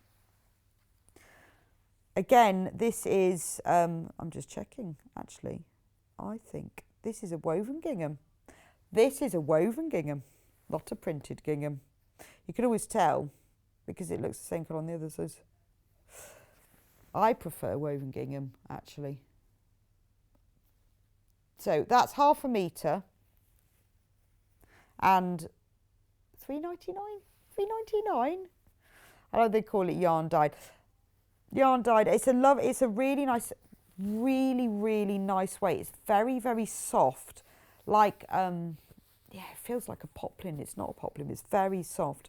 It'd be very good for dressmaking, making little blouses, that sort of thing, or little summer dresses, because it is really soft. But you know, when you make, I made a fabric tote bag the other day, and the lining that I used was ever so soft, and it makes quite a difference actually. But I like using the woven ginghams because when you cut along the lines, you know you're cutting along the lines of the thread, so it's much easier for that. You can always tell if it's woven. If you look at the selvage, you can see both colours, and also it's the same on both sides. So it's in the yellow, very, very pretty. I like the green because it's not your sort of bright emerald green. It's not like this one that's very springy. It's more of a sage green, an olivey sagey green. Lovely.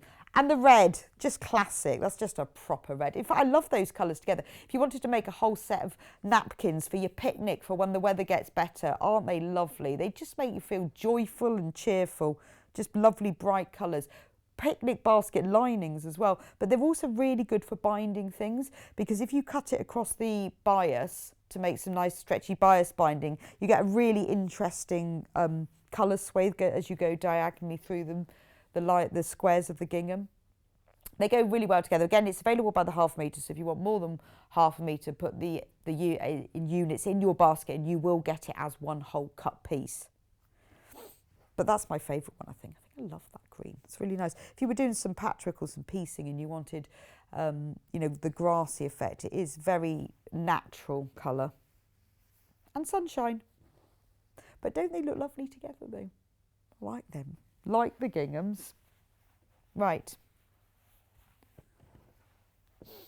I've got 2 more layer cakes actually. 2. This is the apricot and ash one. We have shown this one before. This works really well because it's very, very springy. Beautiful shades of apricot, peach, and this very sort of limey green. So it's very fresh. The background is a lovely crisp ivory white. Let me just flick through. What's lovely with this one is that you've got a whole section, so it's a bit like with the bees, you've got different colourways but the same prints, but you've got a whole section here in greys. So you've got that lovely, and it's a very soft grey, a very sort of a light slate grey, almost in a browny grey. You've got some really nice peach coloured flowers on that. You've got the ticking stripe, more floral, and the check. And then you've got the same prints, but in the peachy, and it is a peachy, sort of halfway between a peach and an apricot colour. You've got them there, and you've got them in stripes. And you've got prints, and more gingham. I like that one. That's like a real trellisy one. So in here you've got, let me just check, 40 10-inch squares. Oh. It'll say someone, I can't see it, whether it's 40 or 42. Oh, why does it not say? I'd have to actually count them all. Oh, I'll just check in a minute. 1, 2, 3, 4, 5. 42. There are 42. Just want to be sure. And then you've got that lovely, I love that green colour background. It's really nice, isn't it? It is sort of quite a limey colour, but it's very spring and fresh. And you've got the gingham, you've got the green with the peachy coloured flowers, you've got white. So all that collection with the greys, the peaches, the greens and the whites in the florals and the checks and the ticking stripes, that would make the most fantastic quilt. And again, there are lots of patterns and designs around there that are using the layer cakes, but they're 10.5 inches square. You could make great hexagons with that hexagon ruler. It's quite an amazing quilt. Really lovely, wouldn't it? You could even use other coloured strips in between it and bind it with different things. This is the last time we're going to get these. So when this is sold out, we've only got a few left. That's it. We can't get any more of these. Apricot and ash. But it's just, it's very classic colours, but they just give us a bit of a modern injection, really, of colour. So that's that one. And next, What shall we do next? We've got lots of Tilda. The Tildas, we've got two Tildas. So this is the design roll. This is from the Tilda Woodland collection. Look at this. I'm just going to show you this. I'll open this one up because you'll be able to see it better. So the colours in here range from plum through to mauve, teals and greens and shades of blue through to reds and greys and back to plum again. But let me have a look. I'm going to show you all of the fabrics that are in the design roll are in this pack here. So this is the 20 fat eighths. So if you don't know what a fat eighth is, it's a fat quarter cut in half. So each of these is 20 by 10.8 inches, 10.5. So 20 by 10.5 inches. So a fat quarter is 1/2 metre cut across the width of the fabric, and you cut that in half. And a fat eighth is that fat quarter cut in half. I really like fat eighths because they're just, if you want something where you want lots of little pieces, they're great for that. But there's actually quite a lot you can do with them. Let me just open one so you see what the size of the fabric looks like. This is lovely, this one. It's got deer on it. If you just want that sort of small selection, but you want a lot of them, you've just got enough here. You can do quite a lot with them. You can do, it works really well when you're doing things like cathedral window, because you've got enough to be able to be usable, but you've got the choice. So you've got this, I love this one. It's got foxes and squirrels and bears, rabbits and trees.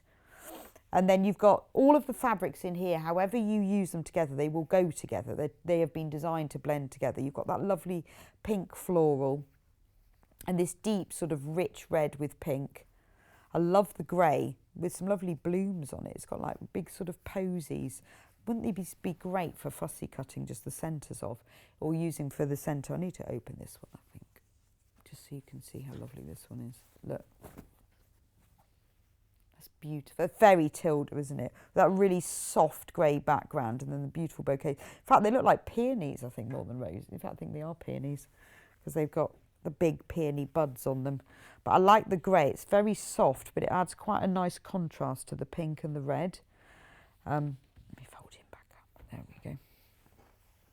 Then you've got this lovely red floral. And remember that all of the fabrics that are in this fat eighth pack are in the jelly roll, the design roll, which is 2.5 inches wide, and then every strip is cut across the full width of the fabric of 43 inches.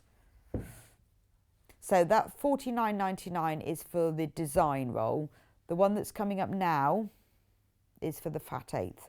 So you've got that same the same red background print here, but you've got it in a lovely sort of purpley plum colours. Aren't they lovely? I really like this combination of colour. It's called Winter, and it is very wintry. You've got that lovely deep plum colour there, and then you've got the same peony bouquet almost, but in the mauve background.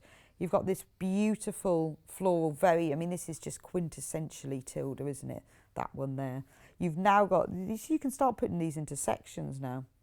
So you've got the same animal print in like a dusky mauve colour, and then that mauve and peony colour and the deep red, and it comes with the mauve and the blue background. You've got these two prints here in the red and the blue. The peony prints are in the grey and the mauve and the blue, and it's a real chambray blue. I'm going to open that one so you can see it. I think this is really lovely. I love the background of that blue with the green and the pinks of the peonies. I mean, that's stunning, just that one in itself. And you know that if you use these together, if you wanted to create just one project with them, then you know that they'll all go together. But it's just a really nice collection of fabrics to own that you can use for other things. So that goes with that one. And then you've got that little print again in the blue We've got more of the animal prints, lots of those. I think it's really lovely. I like the way you can cut out different parts of it. But actually you could just use it for piecing because it's got the mixture of the two colour mixture. They will look nice whatever section you cut it from. You've got the same peonies with the sage colour background. The floral with the green. We've got the animal print again with the green background. That print there and another one. So we've got 1, 2, 3, 4, 5, 7 of the animal prints, but all in these beautiful colourways. And some of them, I mean, most of these animal prints are 2 colour, except for this. There's 2 of them that aren't, but let's just open this one because this really shows you what the plummy colours look like. The plummy colours. Oh no, that's just, see, I've got confused now. That one is just trees. That's animals, that's animals. That's trees, that's animals. That's animals. These are trees. Yeah, see, look, that one is trees. Oh, they're amazing, aren't they? I love this one. You've got the background that's like a blue, then you've got plum and a pink that are the leaves, and this background's a mauve with the blue as the leaves, and then this one you've got the background that's the sagey colour with greens and teals as the leaves. What a lovely collection. And all of those, so you get 20 of them, you get all of these in the one bundle. So there's so much you can do with them, but if you want, you know, if you could use them separately for little projects, I mean, it'd be great for the FPP that I was talking about at 8 o'clock. Lovely designs you could make with those because you only need small pieces. So you could make some of this really stunning. I think sometimes these very classic floral prints work really well with the more modern geometric designs, oddly, but they do. When you see there's some of those FPP books I was showing you earlier that have the real sort of geometric star shapes with angles and diamonds work ever so well in these floral prints. Those 4 go together beautifully, don't they? The 4 florals. Nice collection there. But I think actually of all of them, I think the peonies are my favourite because I love the brightness of them. I tell you what's nice as well is that they've changed the background colour of the leaves ever so slightly so that they coordinate well. So with the blue, they've changed them slightly a bit brighter, but then with the grey, they've made them more of a grey green. But those colours are lovely together. I think they're my favourite.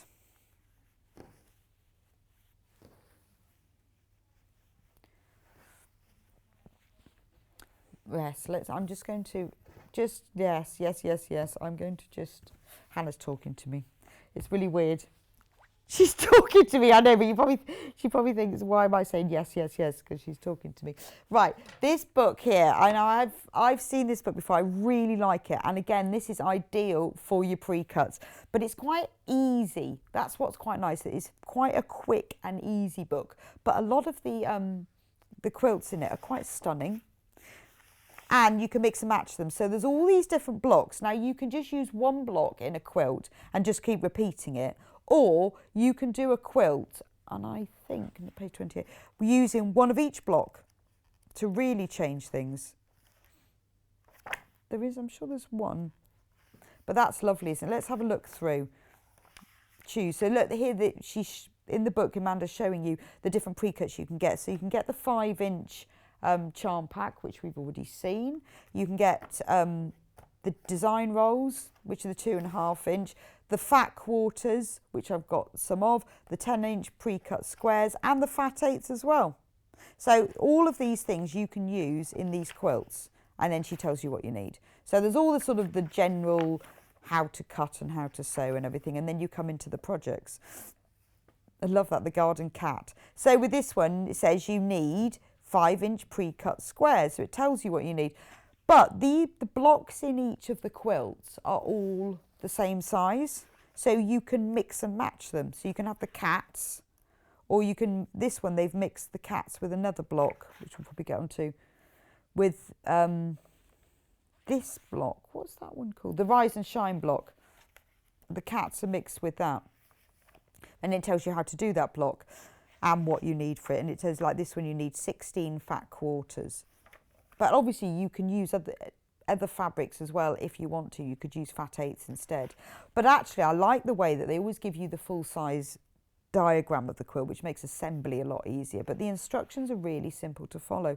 But they're very almost basic quilts, but very traditional. I really like this Vintage Treasures one. If you look at the main picture there, just that, I mean, it's very simple, isn't it? It's pinwheels, stars and squares, but it does look stunning.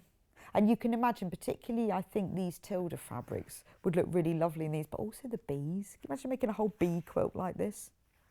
Scrappy hearts, like that one.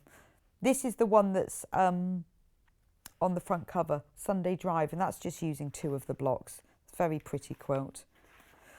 But it's nice to have quilts because we often see these pre-cuts and buy them and then think, well, then you get them home and then you just decide what to do them. But the fact that there's so many of designs using pre-cuts is lovely. That's a nice one. Colonial flowers, using the colonial flower block. But again, you could mix and match. You could put some of these colonial flowers mixed with some of the cats from the first one if you wanted to. It's nice as well. It gives you a lot of different, it shows you lots of different ideas for colour combinations, so you can see how different things to go together. So there's quite a floral print in the centre. But then you've got all these different red prints from ginghams and stripes and spots going around the outside. And rather than using a plain white background, they've used a tiny little spotty dot background, which gives it a bit more texture. The Newport Beach quilt.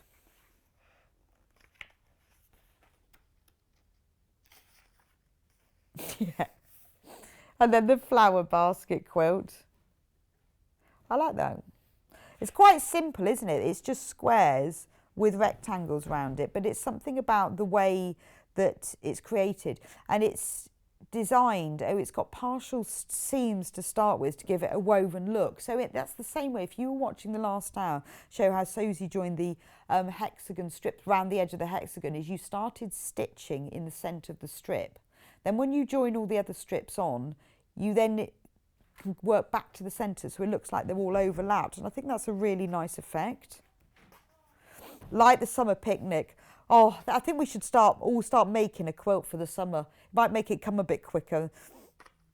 That'd be really nice. Then we can all go outside and have picnics on our summer picnic quilts. That's lovely though, isn't it? The maple leaves, I mean, and that's been done in quite modern, bright colours, but it would look equally good in some, you know, really traditional colours as well.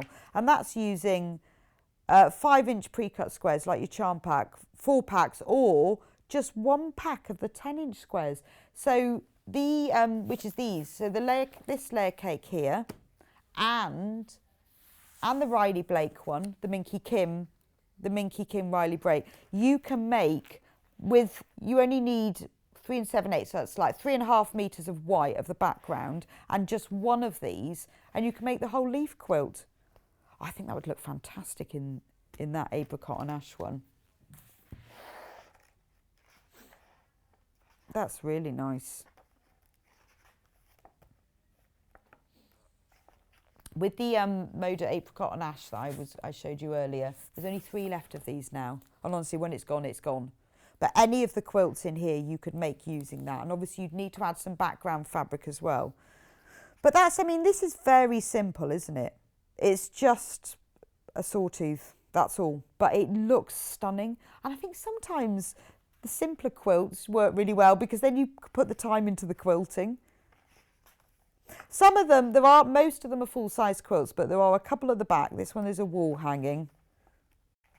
And then there are a couple of table runners as well. So if you don't want to commit to something as big as that, you can use it. I mean, but you could use any of the blocks. So this one, they've got a 4-block quilt at the back, but you could make a table runner of cats. And that's just taken 4 of the blocks. But if you preferred any of the other blocks instead, you could use that instead. And there's even a cat, about the author's cat. It's got this whole page called Mufasa, Head of Quality Control and the Keeper of the Fabric. So, I'm going to show you this one. I like Minky Kim. Minky Kim does beautiful designs, not just of fabric, but of sewing projects. She makes a lot of, particularly bags. She does great bags and little quilts. Now, what she is really well known for is miniature stuff. She does very nice miniature designs, little things, but things that are just very, very beautiful. And there's lovely fabrics in here, which I don't think are sellotaped on. No, surely not. Oh, magic. Magic. So the designs, these are all illustrated by her. And if you have a look, she has got her own website and you can see all of the designs she does. She does lots of little sort of fabric bags and purses with tiny little pieces on. And you can see that reflected in her fabric designs as well. That she has just little miniature things. Look, little squares with tiny dots. Tiny little apples. And then here and there it says love. Love. I like the colourways in this, the blue and the white. Very almost hand illustrated effect. So you've got that sort of black etched drawing around the edge.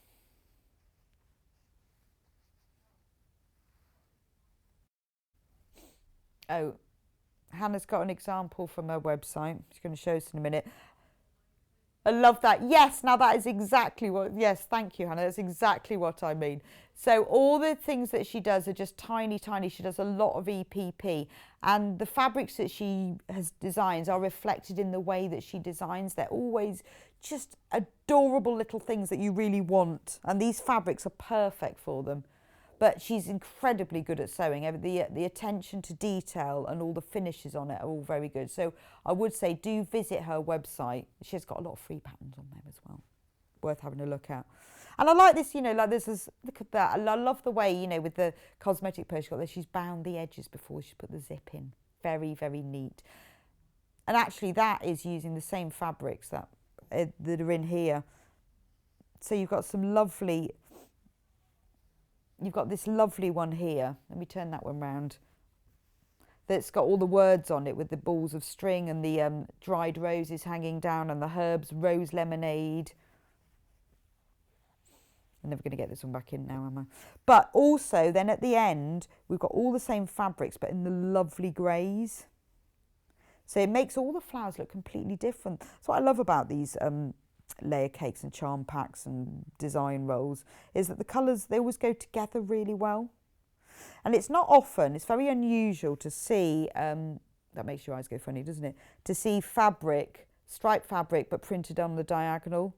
Nearly always striped fabric is printed horizontally or vertically, but rarely on the diagonal. And you get a really interesting effect. It means you get a diagonal stripe without having to cut across the bias and destabilising the fabric.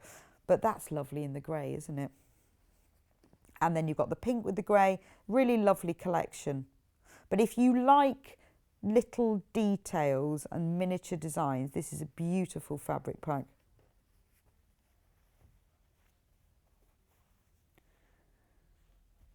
Right, okay.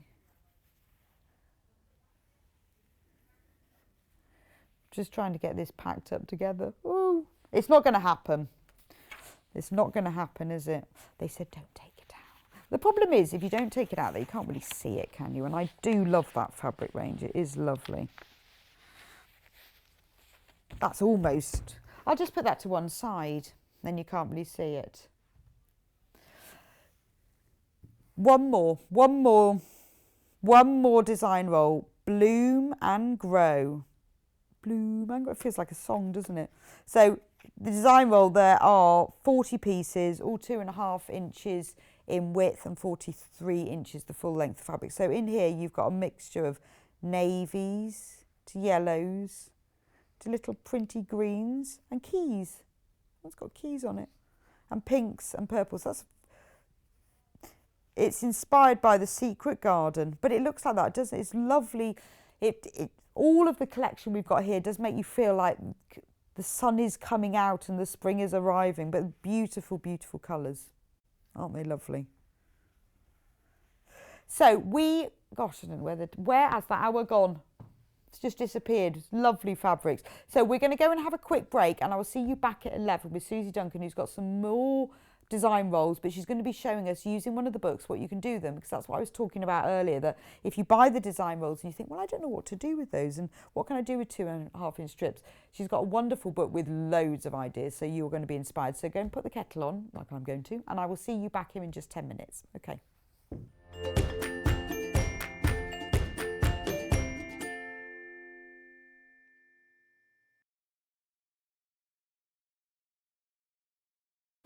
Hello everyone, my name's Cara Ackerman and I'm absolutely delighted to be here at Sewing Street. I actually originated from Hertfordshire, then went down to Hampshire and then it ended up in the East Midlands. I've been in the East Midlands for about 40 years now, which seems crazy, but 36 of those I actually worked with DMC Creative World, which was wonderful. I really, really enjoyed that. And then I decided to go freelance, and that's how I got introduced to Sewing Street. I love doing anything to do with textiles, so embroidery, cross stitch, patchwork, done a bit of quilting, bag making, toy making, oh goodness, there's loads and loads of things. What I love doing is just trying something new, and I think one of the tips is don't be frightened of trying something new. You always learn from it, and you know, don't be scared of making mistakes either. We all learn from the mistakes that we make. Little bit about me that you might not know, and that's a bit of a surprise. I once went to the garden party down at Buckingham Palace, the Queen's Garden Party, for some work that I did with Marie Curie. I was so lucky to go there, and just a wonderful time. So I hope to see more of you on Sewing Street, and I hope to try lots of new crafts with you. So see you again soon. Bye-bye.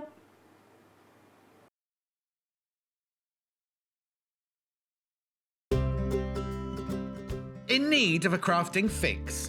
There are so many ways you can watch Sewing Street and Yarn Lane. Sewing Street is live from 8 AM to 1 PM every day on Freeview 72 and Sky 670. Alternatively, if you want to watch us on a tablet or on the move, you can tune in on our YouTube channel, the Sewing Street app, or the websites at www.sewingstreet.com and www.yarnlane.com. You can watch past shows on Sky 670 from 1 PM every day, as well as our YouTube channel, the app, and our website. Yarn Lane is on from 12 PM to 1 PM. Visit our programme guide to find out when and what's on. So you never have to spend a minute without us. While we're having to spend more time at home again, we're here to keep you busy and entertained. Sewing Street will be live every day from 8 AM, bringing you plenty of demonstrations with our experts in dressmaking, quilting, bag making, toy making, needle felting, embroidery, and so much more. Our community of fellow sewists on the Sewing Street fans Facebook group are there to chat to you about whatever you're making, sharing photos and advice. Check out the Sewing Street Facebook and Instagram pages for fun competitions and offers.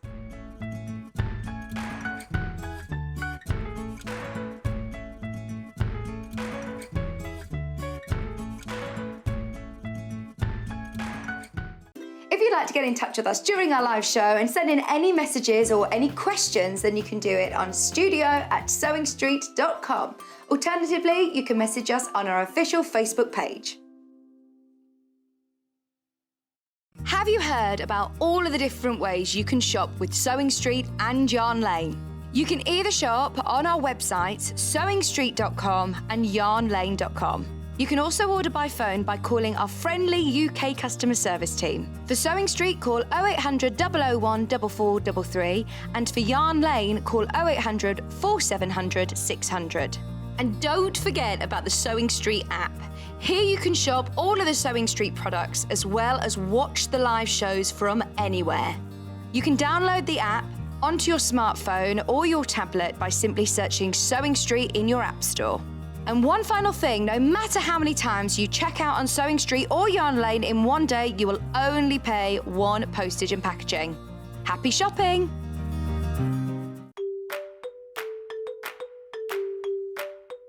Hi, I'm Debbie Shaw from Sewing Street, and these are my 5 top tips for successful sewing. So, number 1, always use a good quality thread. A good quality thread will keep your seam stronger and also help to prevent lint building up inside your sewing machine. Tip number 2, if your project isn't going quite according to plan, put it down, walk away from it, come back again the next day and you'll probably find that things don't seem half as bad as they did. My tip number 3, never throw away your sewing machine manual, always keep it to hand because you're going to find hints and tips, techniques and troubleshooting in that manual. You'll miss it if you lose it.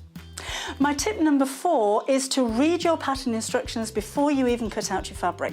Different manufacturers of patterns will give you different instructions, different ways of constructing your garments and different seam allowances. So to have a successful garment, you need to follow the instructions precisely. And then tip number 5 is don't give up. Every professional sewer sewed their first seam. Every professional quilter quilted their first quilt. Every professional quilter sewed their first line of wonky stitches and had to get out the quick unpick. That's no different to you. So I hope you find these useful. We'll see you soon.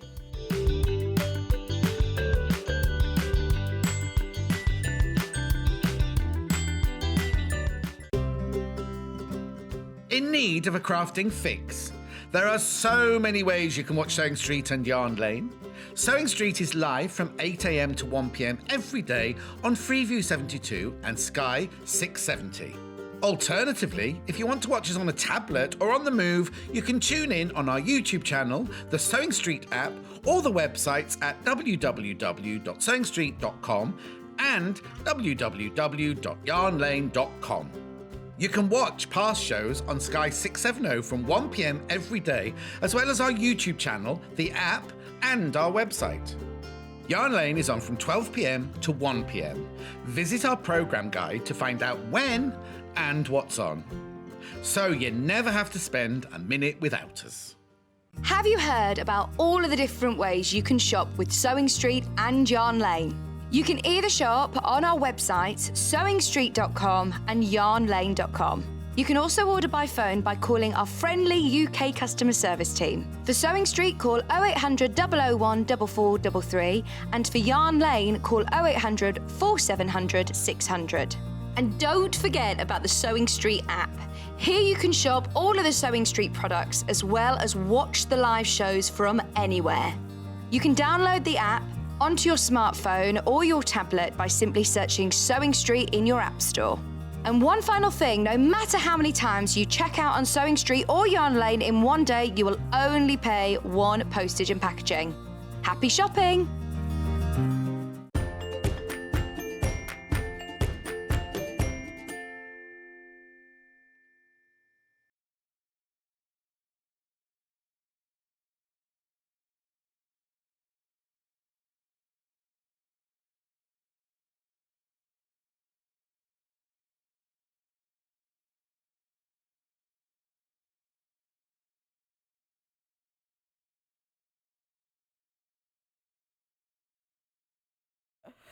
And welcome back to Sewing Street. So we have got a whole hour of design rolls. Now sometimes they're called jelly rolls, but jelly roll is the sort of mode of trade name. So if you get confused with what's the difference between a design roll and a jelly roll, nothing. It's just that jelly roll is the trade name and then design roll, when other people make them, they call them design rolls. So we've got this fantastic book called The Joy of Jelly Rolls, written by Carolyn Forster, who I've worked with a lot. She does the most beautiful quilt designs. When I used to work on Simply Sewing magazine, she does a lot of designs for their patchwork and quilting magazines, and I love her. So she really is an expert, an absolute expert. So this is great. This is the complete guide to quilting and sewing using jelly rolls or design rolls. 24 quilts and 44 gifts. So if you're thinking, I like the idea of having one of those, but I don't know what to do with it, this is the book for you. From what I love about it is you've got lots of small things. So if you want to use your design roll for many things, you can use lots of the little things. But there are also whole quilts using the whole of the jelly roll. So you start off with just the basic, what is a jelly roll? There you go. What is a jelly roll? What you do with it. all the different things, you know, cutting and how to cut them in it. And because it's written specifically for jelly rolls, how do you cut these? How do you trim them? What do you do with them? But she does also talk about cutting your own. So if you haven't got jelly rolls and you're using fabric by the metre, she does say how to cut them because they're 2.5-inch strips, how to use templates and diamonds and crochet and patchwork. Sewing and cutting, where you sew all the strips together and then rejoin them to make squares, which is really useful. All about quilting, so it's really nice technique, and even if you're not using jelly rolls, there's a lot of really good technique in here. Quilting, finishing off, lots of different designs for quilting, and binding, obviously, very important. Then you move on to the gifts. The patchwork dog's the first one. This is one of the ones that Susie's going to be showing us as well in a minute. He's lovely, isn't he? I really love the way he's made using squares. So a lot of these projects, they're using part of the jelly roll, but they're also using plain fabrics or other fabrics from your stash to stand against, which is great because it makes your design roll go that much further. So you're only using a few of the precious prints and other ones as well. But there's lots and lots of different, so I just quickly whiz through. There's so many projects in here, you know, very little ones. So you don't have to, if you've got this book, it's not all, doesn't have to be a design roll. You can use fabric scraps as well. I mean, I think this one is really interesting, a hexagon pillow. So from the jelly roll, they're creating the hexagon shape. I think that's very clever. And from very small things, coasters, hair snaps, pin cushions. And then I'm trying to get all the way through to get to the quilts. That's lovely, isn't it? The button pillow. So it's just a very plain, simple cushion. Shows you how to make it though. But you're using the favourite parts of your jelly roll just to cover the buttons. Zip pouches. Look at that tiny. I like the way it's called tiny bag because it is. But just using little squares, just half square triangles, which obviously you can do with jelly rolls. I'm trying to get through to. Oh, I like the pot mat. That's really pretty, isn't it? And the book has all the templates you need as well in it at the back, so if you wanted to make that doorstop that looks like a bag, little scissor keeper, lavender stack, that's lovely, isn't it? That's making a really good use of a jelly roll because you've got all of the strips. But you know, it's called autumn, but only because those are the fabrics it's used, but it's a really effective way of using the different prints. The book bag, that's another one that Susie's going to be showing us later. Oh, I've got a message from Maggie. Hi, I'm working with that book today, making the quilt on the front cover. Maggie in Guernsey. Oh. Right, I am trying to get to the quilts, Maggie. But every time I try, I find another one. I think, oh, I really like that one. A little coin pouch. It's so dependent on the fabric you're using, doesn't it? It makes such a difference. Crochet hook roll. That's what she's going to be showing us today. Very useful. Someone like me who loves crochet. Thread pot, that's really sweet, isn't it? And that's another one that Susie's made from this. So some of them are big and some of them are small. So now let's get to the quilts. Love that one, all hexagons. That's really nice. Flower garden, that's beautiful, isn't it? That's a really good way of showcasing the fabrics that you've got in your design roll because you can use one of each of them in the whole of the flower petals. Beautiful. Woven Dreams. This one's nice, isn't it? With zigzag diamonds, although I always thought that was called baby blocks because it all depends on where you put the dark and the light as to how they stand out. That's the one on the cover. It's very pretty. So it's great, very simple, isn't it? It's got squares with just rectangles around the edge of it, but very effective. That's the one you use for the bag. Oh, is that the one for the bag? Oh, Yeah. okay. Oh, yeah, because it's got the squares in the centre, Yes. but then just made into a whole quilt. So I love the log cabin. That's really pretty. So you have got so much in this book for $9.99. $9.99. That can't be right. Yeah, that it, because on the back it says $12.99. It says $12.99 on the back. So that's a bargain. That's amazing because this book has got 236 pages for $9.99. And honestly, you know, well, obviously it's good for jelly rolls, but clearly you can use normal fabric and cut it into 2.5-inch strips and make anything in here. But that's a lot of projects, a lot of inspiration. Look at the sewing spool quilt.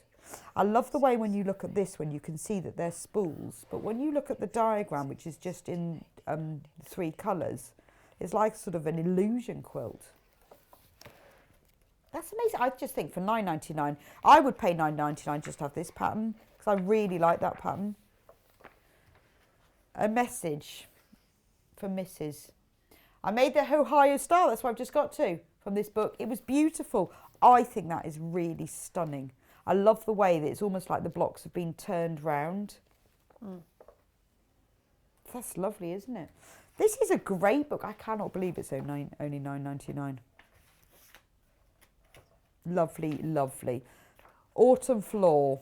It's only called that because it's in autumn colours. Could be Spring Floor if it was done in spring colours. There's a lot in this book. A lot of techniques as well. And Carolyn Falls, oh wow. Those are tiny.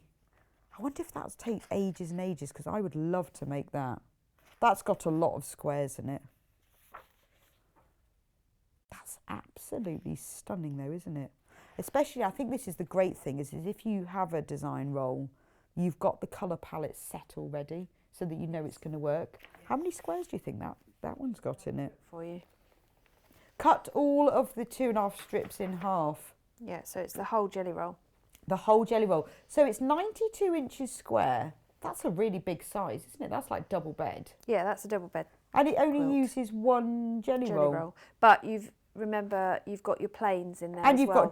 you've just got the plain So, cream. Yeah. Okay, but 2.5 metres of plain fabric.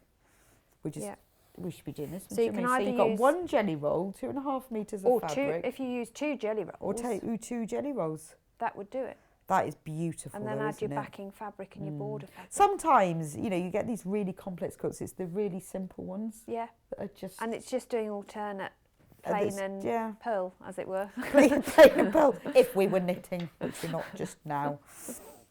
No knitting today, it's crochet today. Anyway, that's the book. I love the book, as you can see. Awesome. I've just counted 43 projects and 24 quilts in that book. For £9.99. £9.99. That's a bargain, isn't it? So we'll have that then. And then I've got 3 jelly rolls for you. This is my favourite one. Now, I think that little square quilt... Are you allowed favourites? Yes, I am allowed yes. I am allowed am I allowed favourites, honey? Yes. This is what I'd make that square quilt from. Yes. That would look stunning. We've had this fabric before, obviously, as charm packs and layer cakes, but we've not had it as a design roll before. We won't be getting it back in there again. So what I love about this fabric collection has been designed because it's reminiscent of arriving back in England and the colours of Dover on a nice day. So you've got these lovely greens that are really, I wouldn't say, they're just spring. They're not lime or sage or olive, they're spring colour. Very, very fresh green. You know when the leaves just come out and sort of almost overnight you feel like the world's been coloured in, that it's that green? It is, yeah. But with beautiful soft blue florals in it. And then you've got these lovely sort of taupes that move into greys, and they're all beautiful florals. A bit William Morris, actually. Yeah. And spots. Lovely. This is lovely, isn't it? Very New England colours, I think. It is, isn't it? So although it's called Dover, it's been done maybe as the American thought of what Dover's like. They've clearly never arrived on a grey day. Never come over to Dover. No. But I love these blues. But you've got this really nice... It's more Isles of Scilly, I think.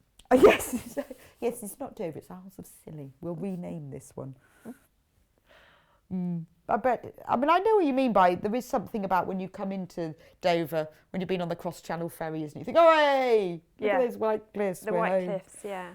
And then the lovely, it's like a ticking stripe, really pretty floors. But it's very English, but New England. Yeah, it's afternoon tea. It is. Fabrics. And actually Beautiful. that quilt would look amazing in it. Yes. The one at the end. But you only need 1 jelly roll and 2.5 metres of plain fabric. So if you bought like just an ivory, what have I done now? They don't like going back together very well. That would go really well with Do you this. know they actually have machines that lay them and roll them? Do they? They do. That's what we need. Because I don't know how on earth Jelly roll machine. They must do, because there is no Yeah, no, way they do. Yeah, they have a specific machine that does it. that you would ever get this thing back together again, would you?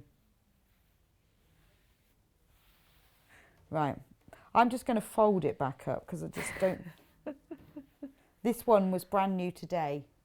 And no one else would be allowed to open it up because it's mine now. It'll have to have its own special bag now. Now, in the last hour, I showed you the Minky Kim range as a layer cake. This is it as a design roll. Actually, that quilt would look really nice in these as well, wouldn't it? Because they've got little prints on them. Yes, yeah.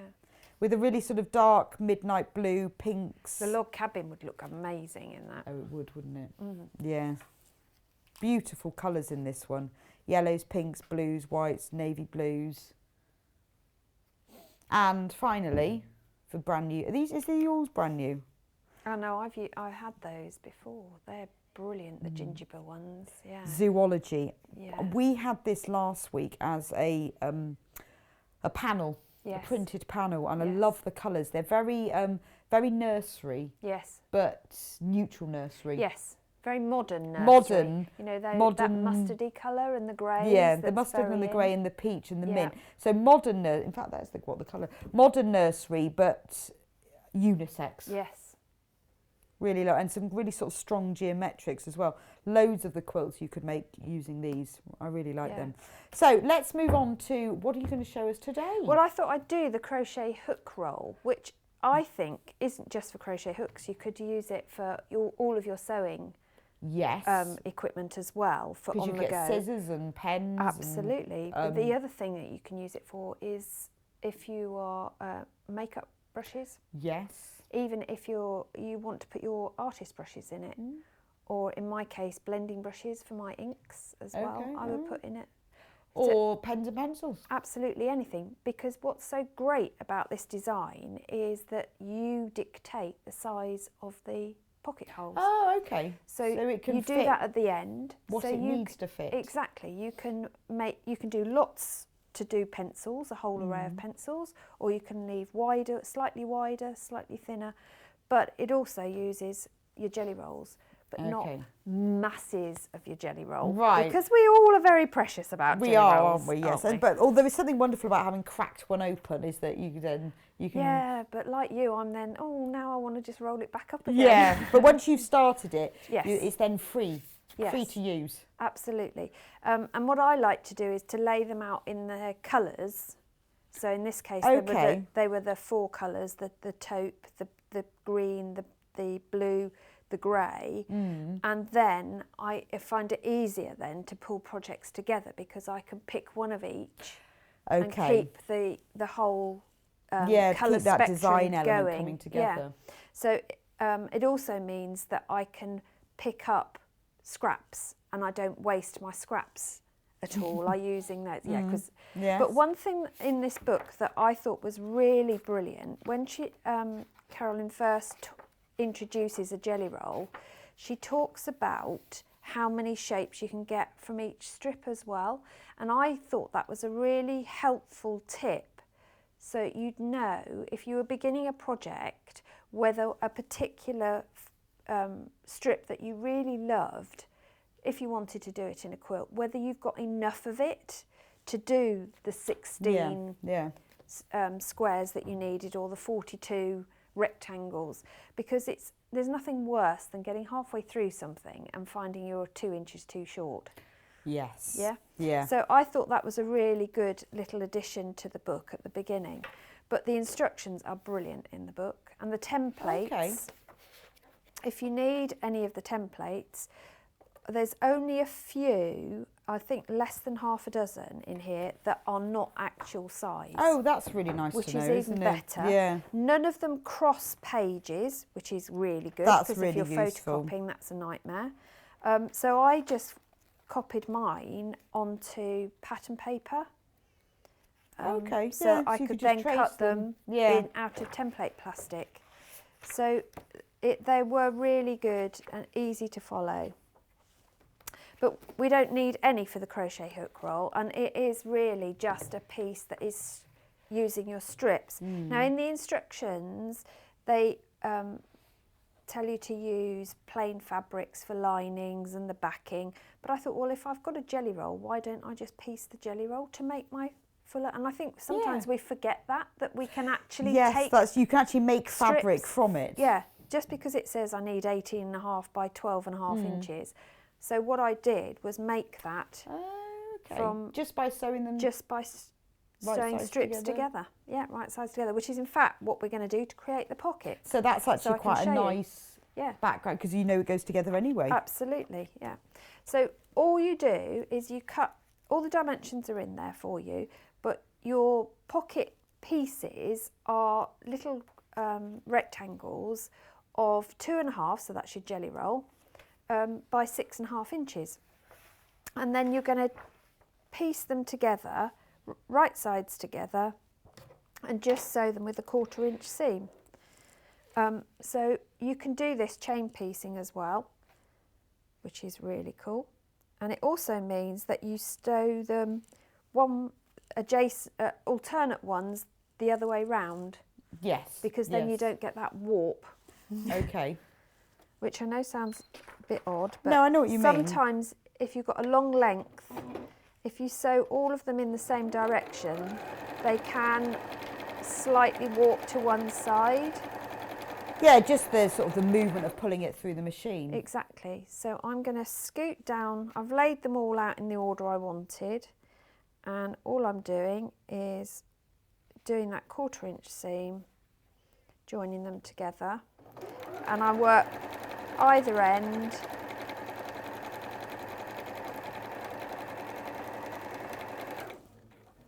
so that I can put them together in a minute. This is quite a quick project, I think. Well, we hope. Yes. Well, there's a lot of projects in here that you look at and you think, oh, actually, they're really, really achievable. Like the little doorstop. You think, well, I could make that in an afternoon. Yes. One thing I would say sometimes is that's what you need a balance in projects, don't you? You do. When I made the tiny little, am I allowed to reach these down? Yes, bring them down. So bring them down. this little bag, which again I've pieced. That's in here, isn't it? The thread pot. It is in here. Now the thread pot is all strips inside. If I turn it inside out, and this is great because it is reversible. Oh wow! How cute is that? That's so cute. But that's a plant pot as well, isn't it? It is, exactly. But it also means that, I mean, you could stitch the points down and put ribbon through and make it a drawstring if you wanted to. But when I was sewing this, when you're sewing these together, it's done on a cross system. Okay. So it looks mega complicated, but it isn't. Just take your time, do it bit by bit, and read all the instructions, don't skim read. Okay. Because the first one I put together, I thought, well, that's not right, is it? And then I realised I'd missed out an entire line in the instructions because I was trying to be quick. But again, I'm a big iron fan, as you've already established. Pressing as you go makes for a neat finish. That's very clever. I think that looks so lovely. It's a bit origami, isn't it? It is, and that appealed to me, which is why I liked that's it. That's beautiful. But the fact that it's reversible, I thought was fabulous. But as you said, Easter Sunday, fill that with little eggs in the middle of the table and just pass it round. Yeah. Just be brilliant, won't it? That's, of course, if there's more than one of you in the house. Yes, but if we're allowed to be together on Easter Sunday. If there isn't, just pass it round anyway, because then you get more chocolate, don't you? Exactly. Just pass it round very fast. Yeah. Is it Pancake Day tomorrow? It is. Yes, it's Pancake Day tomorrow. It is. Everybody. It is last day where you can eat what you like. Yes. I love pancakes. I always try different things with pancakes. And then actually lemon and sugar is just the best, isn't it? Really. I don't know. Although Nutella's quite nice. No, I don't like Nutella at all.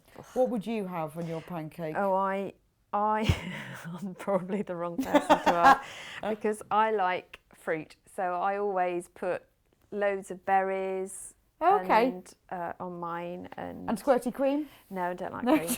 So usually it's either natural yoghurt, creme fraiche or ice cream. Okay. if we've got any in the house, or I make ice cream from whatever we've got in the house. Yeah, I am quite boring. I'm a fruit bat, so I usually put blueberries in the batter mix for the pancakes. Oh, well, no, I'm with you on that. Blueberries Because very nice, yeah. I love it, the way it explodes. You do have to remember, though, that the blueberries get incredibly hot. Oh, yeah, yes, I can imagine. No, I love blueberries. I like lemon and sugar. Keep it simple. I don't like the crunch of sugar. No, ooh, makes my teeth go funny. That's what I do like, is the crunch. Got these all over the place. Oh, there you go. That's what I'm looking for. There, we're nearly there. Hannah, what's your favourite pancake filling? Just lemon and sugar? Oh, What's the weirdest pancake filling? What's the weirdest pancake filling? See, savoury pancakes I find a bit odd, don't you? Yeah. I think because we've been conditioned Brie to sweet. and bacon? Oh, I'm not sure about that. Brie Well, and in France they do them, but they use a different flour, like a buckwheat flour, so it's browny coloured, and then that kind of makes more sense that they're savoury. I've been making pancakes using grated apple and oats. Right. And that is really nice. What, instead of flour? Instead of flour, yeah. Yeah. And how does that work? It's really cool. Is it? Okay. It really works. And you add your egg, and I add a little bit of coconut milk as well. And it's really delicious. Well, I like it. But again, as my family keep reminding me, you are weird, Mother. So. I think that sounds nice. I like coconut milk, and I like oats. But it's an alternative way to have your porridge, basically. Right, so I've sewn all those together.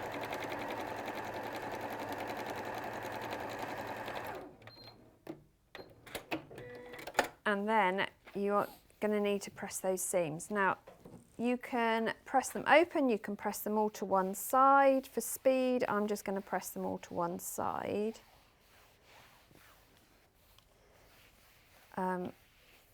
This is what I call my wibble press method.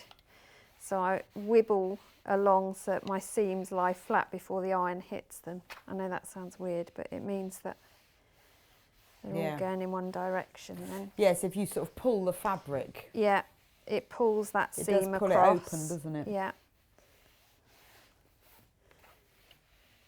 And these desks are so shiny that the board rolls, doesn't it? It does, I know. There's no grip. We need like creative grids, like light desks. Yeah, or but they'd have dots all over them, wouldn't they? And or then lines spray, on them. just spray. Or spray. Well, they're kitchen work surfaces, really, aren't they? Yes, they are good, very good. They're very nice, not big, when you're trying to wide keep desks. something You get a lot of stuff on them. Oh, you would, wouldn't you? They're a bit It'd be slippery. a great cutting table.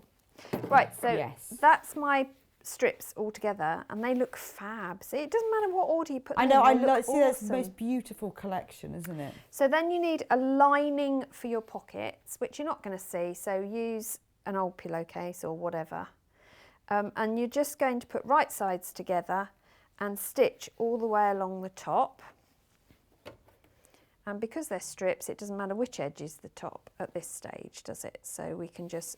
And you've got all your seams facing the same way. Exactly. So I can just whiz down.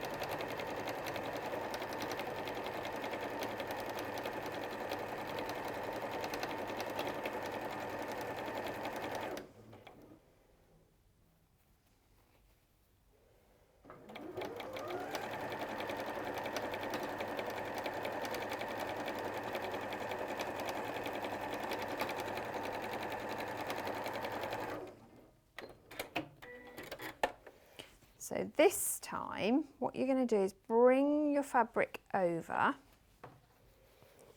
and press it so that the lining comes over the top. So I press my seam towards my lining, but you can do it either way, it's up to you, but I prefer to have it towards the lining.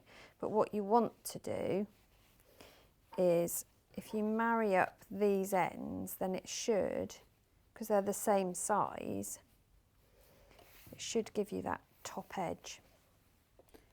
But if you wanted to, as an adaptation, you could always have a longer lining and have a faux binding then, because if it was longer, then when you folded it, you'd see more of the lining peek up. Yes. So you can adapt it to be, to suit you. Yes, you can make it so if you wanted to make the pockets longer. If Yeah, and in which case you could use your jelly roll strips then to give a different colour, couldn't you? Instead of just yeah, that you could sew across the top. exactly. That would look quite so nice. So now is exactly what I'm going to do is just stitch, and you could use a decorative stitch. You could do whatever you like. But for speed and the fact that I don't know this sewing machine, I'm just going to go Just do with a straight stitch. Not stitch 342.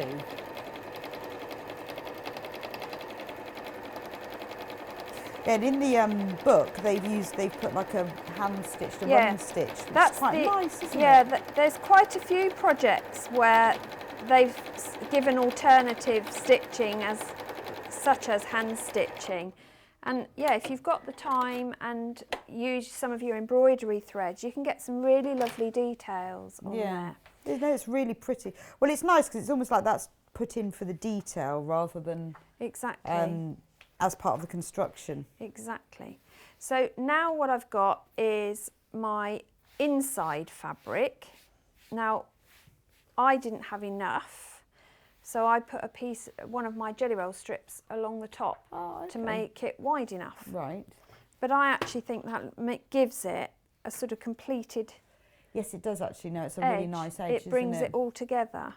So that's another way you can use your jelly roll strips. Well, because they're narrow, they're really good for just Exactly. having a little bit of extra, but it gives you that the print, and you know it'll all match together. So that just lays on the top. So you've got your lining of your fabric to the inside lining of your piece. I'm not going to stitch that in place. You then want your piece that will be your outer. So in this case, I've pieced it all together. Which is much nicer because that's the important bit, the outer, isn't it? It's so pretty, the fabric as well. And what I've done is pressed all of those seams open on that one, and you lay it right sides down. Now I know this is bigger because I've kept them at 2.5 inch strips. What I wanted to do was just centerise it, if that is a word. Put it in the centre. Put it in the middle. Yeah, put it in the middle. You Put it can in the have middle. that as a word, Yeah. centerise. And I've also, everything's cut a bit longer than I needed as well, but that again was a deliberate thing because you can always cut it down. Yeah. I just err on the side of caution. I'm so used to quilting where you cut everything a bit bigger, don't you? Just in case. Just in case. It moves. Yes. And I'm going to turn this way so that that's what I've done. Just to explain, it's not that I can't measure, it was a deliberate act of over measurement. And then what you're going to then do, before I pin it, well actually I can pin or clip, whatever you prefer.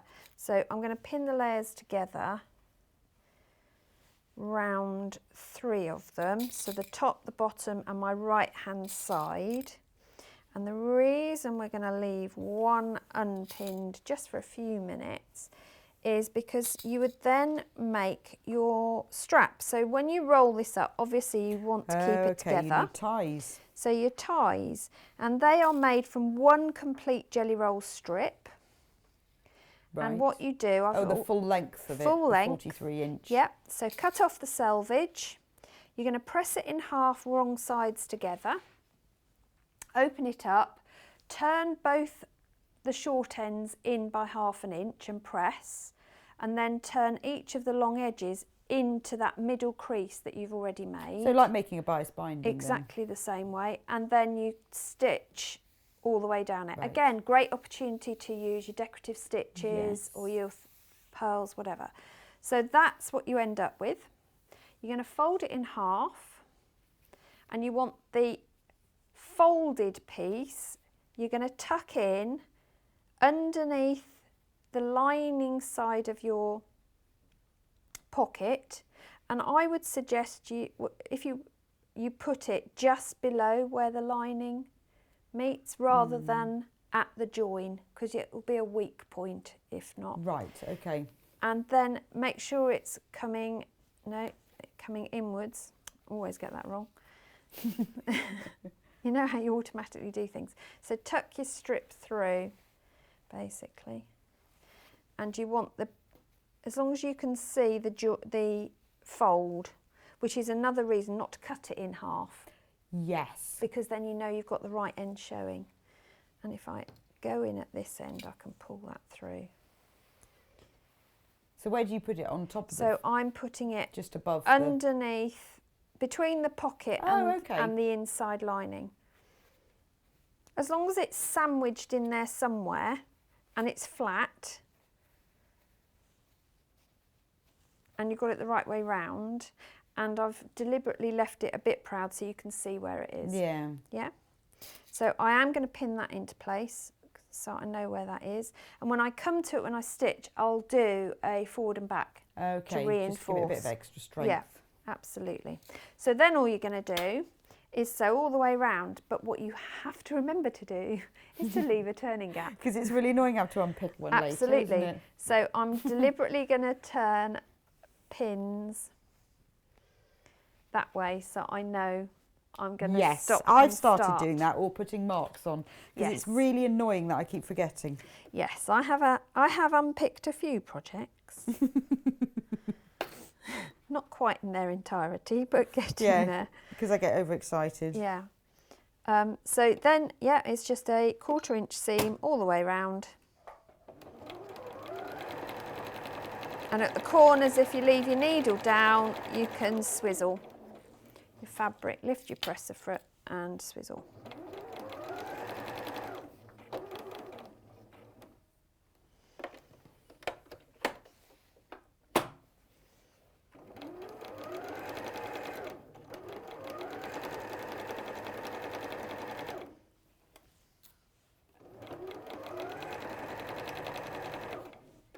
Again, when I get to the side where I've got, make sure you're not going over the straps poking out the other side, the other end. But when you get to the top of the pocket, if you just do a forward and back over that, just to reinforce that.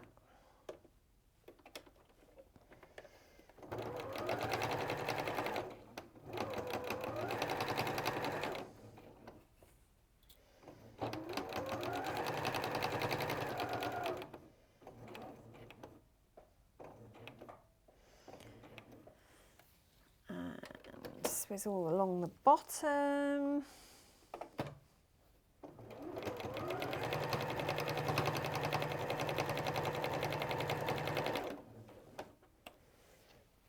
Now remember, you are going over lots of seams because that's where the pocket bits were. Right, so okay. But they're all facing the same way. they are, so it's yes. okay It is, to yeah. keep them flat. Yeah, you're going But through a lot just of- be patient with your machine. You know, you're asking it to go through a fair few layers. Whoops. I suppose you can choose whether you sort of how much or little you use of your jelly roll, can't you? Whether you do the front Absolutely, or the yeah. back with it. Yeah. And that's quite nice. And I mean, once you know the pattern, you can do this on a smaller scale as well if you wanted to. So you don't do as many strips. Yeah, that's true. Or make the pockets smaller or bigger Yeah. or longer or shorter. It's I guess what's nice about this book is it teaches you a lot of the basic principles of things. It does, and it feeds your imagination, and that's basically what you Yeah. need when it comes to jelly rolls, to stop you just leaving them in the cupboard. Yeah, because you can't bear to unwrap them. Yeah. If Yes, you've that's got true. those inspiring projects, most of which are not, I mean, obviously the quilts aren't a make in a day project, but the majority of the projects you can make in an afternoon. Yeah. And that's quite nice Which is sometimes, great, isn't it? To sort yeah. of start and finish it all in one time. I mean, there's some really useful things like the plastic bag dispenser. Yeah. That's so useful. Great to have in the car. Yes. Because we all need bags, but if you've got one of those in your car with bags in it, It's tidy in your car. Yeah, that's true. Because you can hang them on, you know, where you have the little hooks. Yeah, that's true. In Yeah. fact, you could even put, if you were going to be really eco, you could put all your fabric tote bags in it as well. Yeah. It doesn't have to be a plastic bag dispenser. No, you can put anything in there. Right, so I've gone all the way round, left my turning gap. So the first thing I've got to do is just trim it down. So that's a straight ruler and rotary cutter. So the reason I wanted to leave it a bit bigger is because I could then make sure I was cutting off the same amount from either side of my stripped piece. Okay. So it still looked equal. I didn't get a funny Yeah, I see what you mean. funny amount of one.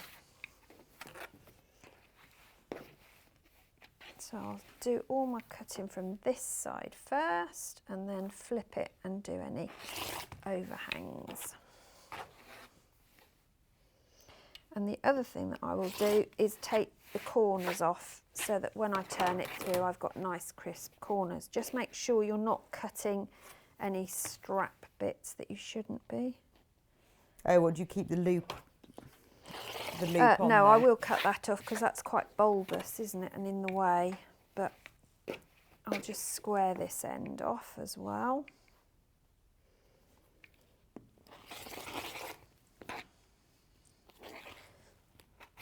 A bit of elbow grease to go through those layers. There you go. And then just cut your corners off. That just means getting as close to the stitching as you dare. Yeah, it is. It is as you dare, yeah. Sometimes on bigger projects, especially if they're quilted, I'll mitre into that corner as well. So you're going to turn that through. This isn't got any wadding in it, but again, you could put wadding in if you wanted to quilt depending on what it. you're putting in it, or just to add a bit of structure to it, I Yeah. guess. Yeah, or you could interface it. Same with the little bag. If you interface that would hold its shape more. But to be honest, I was surprised how well it held. Yeah, maybe a shape. well, it's got the two layers, but also with the seams as well. But yeah, Yeah. with a bit of wadding in there, it'd be quite nice, wouldn't it? Yeah. And again, you can just make the squares bigger if you wanted a bigger version. Oh, that's true. Big plot. So give it a bit of a shake.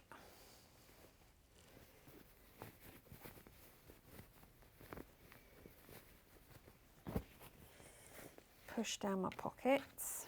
Oh, that's so pretty. It's lovely, isn't See, it? that quilt would look lovely with the cream. It works really well, doesn't it? Yeah, exactly. Is that cream or ivory you've used there? I would say it's nearer to ivory than Okay. cream. It's a definite off-white. I just want some.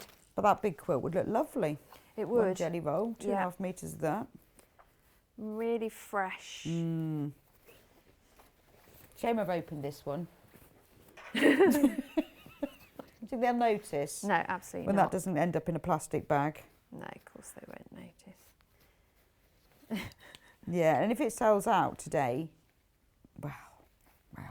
It's be your mine. fault entirely if they haven't got enough. Yeah, it is. But it would be, well, for any of these, I mean, you know, you could make, think how many of the projects you could make using this one jelly roll as well. I love that. Yeah. That's so beautiful.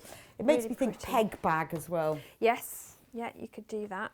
So, and the fact that you're piecing the back, I think makes it look so much nicer. It does. I don't know what. Maybe it's the option, isn't it? So Yeah, that you're not using. Absolutely. But if you've got a beautiful showpiece fabric that size, then obviously you'd want to use it. So what I'm going to do now, and this is, you do need to do this. It's not just because Suzie likes to use an iron. Okay, you do need to press. And the reason you need to press is because you're going to then put in your pocket seams. Yes, so it's got to be So really you flat want and it lovely. to be lined up and flat. Now, if you can hand stitch the turning, or you could do a top stitch all the way round. Oh yeah. Yeah. To finish off if you want it. I'm a hand stitch finisher, so I shall be hand stitching that in the green room afterwards. But let's push out our corners first. There you go. But again, give it a good press. I just think it's so pretty, and the fact that you've made the ties with it as well. Yeah, that gives it a really nice finish, doesn't it? Yeah. So when you're deciding how big you want your pockets, I mean, the easy thing to do is to just stitch in the ditch. Yes. And that would give you 9 super little pockets. So that would be one thing you could do, or you could do stitch in the ditch and in the middle as well. Yeah, but if it's for crochet hooks, you want to do that, wouldn't you? I would have thought so. So you don't want to stand here and watch me do loads of those, but that's what you would do. So when you've finished, choose how and big you your roll pockets. it, you'd be rolling it all up, and then you've got your ties to wrap round and tie in a bow, knot, whatever you want to do it. And then you can take it on the go. But I think they're brilliant projects. That's brilliant. Or you could fold the top over. Yep. Yeah. If you wanted, depending on what you were putting in. Exactly. To stop your things falling out. Whatever they were. Yeah, you could put that down. You could put a little button loop in there as you do your turning gap. But having the stripped back. It's really pretty, isn't it? So depending on what you're putting in. Exactly. I mean, you could fold over just part of the top of it then, couldn't you? Absolutely. It does look pretty. And then you could move these straps down a bit if you were going to do it as a fold over. Yeah. But I think that's a really, really good project. And this strip piecing forms the basis of quite a few of the quilts. Oh, does it? Yes. Okay. So you've got the autumn floor, for example. You use 4 in a run, and then you block those. So let's bring that in. Block those with the 90-degree turn. And then just turn it round. Turn it round, yeah. But to create it, the easiest thing to do is to do a full length of jelly strip. And then cut them afterwards. cut them afterwards, yeah. And that's a great time saver. And that's another thing within the book that's great, is those little tips and hints on how to do things quickly. Well, she's a real expert, Karen Forster. Yeah. And her designs are absolutely beautiful, but she's so experienced. Yeah. I've just turned to the thread pot page, actually, where I was saying about the cross. Because we haven't. Yeah, the patchwork dog. We haven't seen those fully the patchwork dog is fully so proper cute. close up. Bring them down. Bring them down. So the patchwork dog. Gorgeous. So he is literally just 2.5-inch squares. And again, you have that, how do I arrange them? And I didn't do it symmetrically. I did a different design on the front to the back. And then down the edge. And you've just got a 1 square gusset, one strip. 1 strip. Well, I actually use my odds and whatsits up. Okay, but it's a strip width. It's a strip width, yeah. And just what I will say is, going round, again, there's tips in the book about snipping into corners for the outside corners, inside corners. It's worth doing that, and so slowly. Okay. Because if you whiz it, you're going to miss the turn. I guess you're getting one strip all the way round. Exactly, and you've got quite a few corners to negotiate. The other thing you can do with this is you could put rice in it at the bottom, course, yes. and then it could be a doorstop. He's just charming, isn't he? Yeah, I mean, he's just so cute. And the others. So then I did, this is one of the pin cushions. A now, mighty I think pin cushion. this has got to be one of the biggest pin cushions I've ever made in my life. But that's for lots of pins. Yeah, but this is the big, in the pattern, this is the big version. There's a small one as well. Oh, yes, I saw the small one. The small one's like a baby block, isn't it? Exactly. I chose to do the big one because it showcased yes, a lot of the fabrics in one go. But again, it's just diamonds, so you need to draw and cut out the template. I'm just trying to find mine in here, if I still got it. But I then cut it onto plastic so I got it to stare. But it's the beginning of the one you called the tumbling blocks. Yes, yeah, the baby blocks. The baby blocks, yeah. Fantastic. Which is well, thank really you nice. so much, Suzie. It's been wonderful. Good. Really You enjoyed lovely it. to see how you've made that. And you've made a whole crochet roll in one show. I have, yes. Fantastic, Yeah. lovely. Well, thanks so much. Thank you. Yeah, we'll need that for Yarn Lane because we've got crochet on next. Oh, how Yeah. exciting. I might stick around to learn then. Yes, you can go and I learn need crochet. to learn how to crochet. Yeah, you will love it. So let's just have a quick recap. Do we have any books? Any of the books left, Hannah? Yes, so way over half of them have gone. So if you want one of these fantastic books, I still can't believe it's only $9.99 because there's so much in it. So in the book, you've got 24 quilts and 44 gifts. That's so much, isn't it?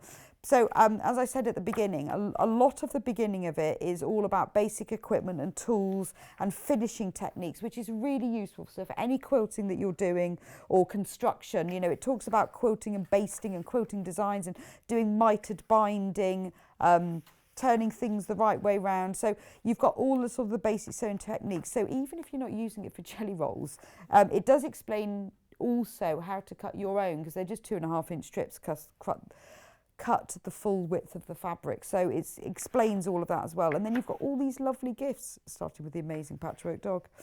Lots and lots of things, from very little things to big things. And I think the best thing about it are the quilts at the back. So you have got 24 quilts at the back, as well as all these little makes. And obviously all the blocks in the quilts you can use for smaller things, repeat them, you can make them as big as small as you want. There is so much in this book, it's incredible. And we've got a few jelly rolls as well, a few, so I'm just going to count them, that you can use to make these. So let me show you the mode of, this is my favourite one, obviously, as I've been telling you all morning, the Dover one. Just open that one more time. First time we have ever had this on air. We've had the fabric before, but we haven't had the design roll, and it may well sell out because it is beautiful. It really is, well, English, but New England English, greens, blues and greys and florals. It's just so pretty. It's the one that Susie's been doing all the designs in this morning. The second one is this lovely Zoology by Gingerbread. And it's really modern, fresh take on that kind of nursery fabric thought. So you've got your charcoals, neutral taupe, mustard, peach, mint, very geometric. It's a beautiful collection. So if there's anything you want to make, that, I mean, it doesn't have to be nursery. Obviously, it can be anything, but there are panels that go with this that are very nursery print. But it is just a really modern palette. $31.99. That's a beautiful one. Then we've got the Minky Kim one, and we saw her layer cake earlier. And the beauty of this one is it's a really nice mix of colours. This was a Riley Blake one as well, but it's all those really nice mixture of colours, from pinks to blues to mustardy yellows and charcoals, and then pinks and really bright pinks and this lovely coral colour. And they all go together. When you look at them like this, you can see they all go together really, really well, but there's such a mix of colours. But again, you could use one, create a whole quilt, $49.99, or just use it for all the small projects, all the little things you can use. Bumblebee, brand new today. We looked at this earlier. Over half of the stock of this one has gone. But if you now think about it, when I showed it to you earlier, it was just a jelly roll, wasn't it? Now it's a quilt. It's become a patchwork dog and a crochet hook roll and all the other many things. But you think, well, now I said to you earlier, there are lots and lots of things that you can do with these design rolls. And now you've seen the book, there's so much more. And what's lovely is that there's 3 different colourways. There's the black, the yellow, which is a real bee yellow. It's not mustard and it's not bright yellow, it is a real bee yellow, and white. And there are 5 different designs, and they're all repeated in each of these prints. So if you haven't seen them earlier, if you've only just joined us, this lovely honey print and hives. Brand new for us today. Beautiful little bees. They are like, and you've got the black and white hand drawn ones and then the coloured in ones. I love the beehive. And the way that it is obviously hand drawn, it has that sort of chicken wire effect to it, that it's slightly bits missing. With the background of it, it's not a solid colour, it's got like a grey wash over it. And then you've got all the same prints in the whites. This print here that's like old-fashioned posters, like advertising, all natural honey, nature's best, Royal Honey, family owned. I mean, they're just lovely, aren't they? So can you imagine what this would look like in some of the projects that we've just shown you? And then you have the same prints again. So we showed you the yellow ones, and then all of those prints then come in the black as well. And they look completely different in the black. They just have that, they're like the chicken wire one, which isn't chicken. I would say that because it has that hand-drawn, it's honeycomb, but I know, but it has that, because they're not drawn, they're sort of hand-sketched. It has that sort of, that wire look to it, but it's beautiful, isn't it? Yeah, it is. Yeah, and you can use those with for the hexagon pattern. Of course, yes. Because they're 2.5 inches, so you're just skimming off a bit. Oh, so you could use these for the pattern as well? Yes. To make it even easier. That's gorgeous, isn't it? So what a lovely collection of fabrics. And that's brand new to us today as well. There's my attempt at a jelly roll. It's more like a jelly oval. This one is, from the Secret Garden. So this is called Bloom and Grow. Bloom and Grow. Bloom and Grow. I couldn't read the words, yeah. It's Sound of Music, isn't it? Bloom No, Edelweiss. Yeah. I was thinking, why do I know that Bloom and Grow? Yeah, It's Sound of Edelweiss. Music. So you've got some beautiful colours in here. I love this really rich Cranberry red. cranberry. I was going to think it's plum, but it's not plum, is it? No. Cranberry red, and then you've got a lovely sort of like a denim, dark denim blue with with really lovely florals, and that one's got keys on. Oh, the Secret Garden, of course, got it. And yellows, but really pretty spring type yellows. I mean, it is very spring garden, and pinks and cranberries. And finally, we've got the Tilda one, and I've got this one open, so this would be a lot easier. And I love that. Well, we look. Oh, the Tilda Woodland collection. It does come like that, by the way, in that loveliness, not in this plastic bag all undone. Unless you get the one that you've undone. This is why they won't always let us open them, because they end up looking like this. But I showed you, if you watched the last hour, we had the fat 8th bundle, but if you haven't seen it, these fabrics are beautiful. Mixture of plums, sage, grey, mauve, lilac, blues, but they're different colours, but they all are in shades that go together beautifully. Very, very Tilda. Tiny ditzy prints, lovely little detail. There's fabrics here that have got little foxes and stags and trees, but this one is my favourite one. I love the peonies and that really sort of chambray blue. I mean, when you look at them, when you look at the collection, if I just, there we go, turn it round, look, you can see how beautifully they all go together. Aren't they lovely? And then individually, so I mean, any of the projects in that book, they would look amazing. In fact, I think I prefer this one as the quilt. Depends what sort of quilt though, doesn't it? Depends where it's going. Well, that's 16 square, the tiny square one. Yeah, they'd look great as the bag. Yes, they would. Yes, they would. We should get the bag. Yeah. And that's what I liked about the book. It gave a lot of the projects started with one of the blocks of the quilts.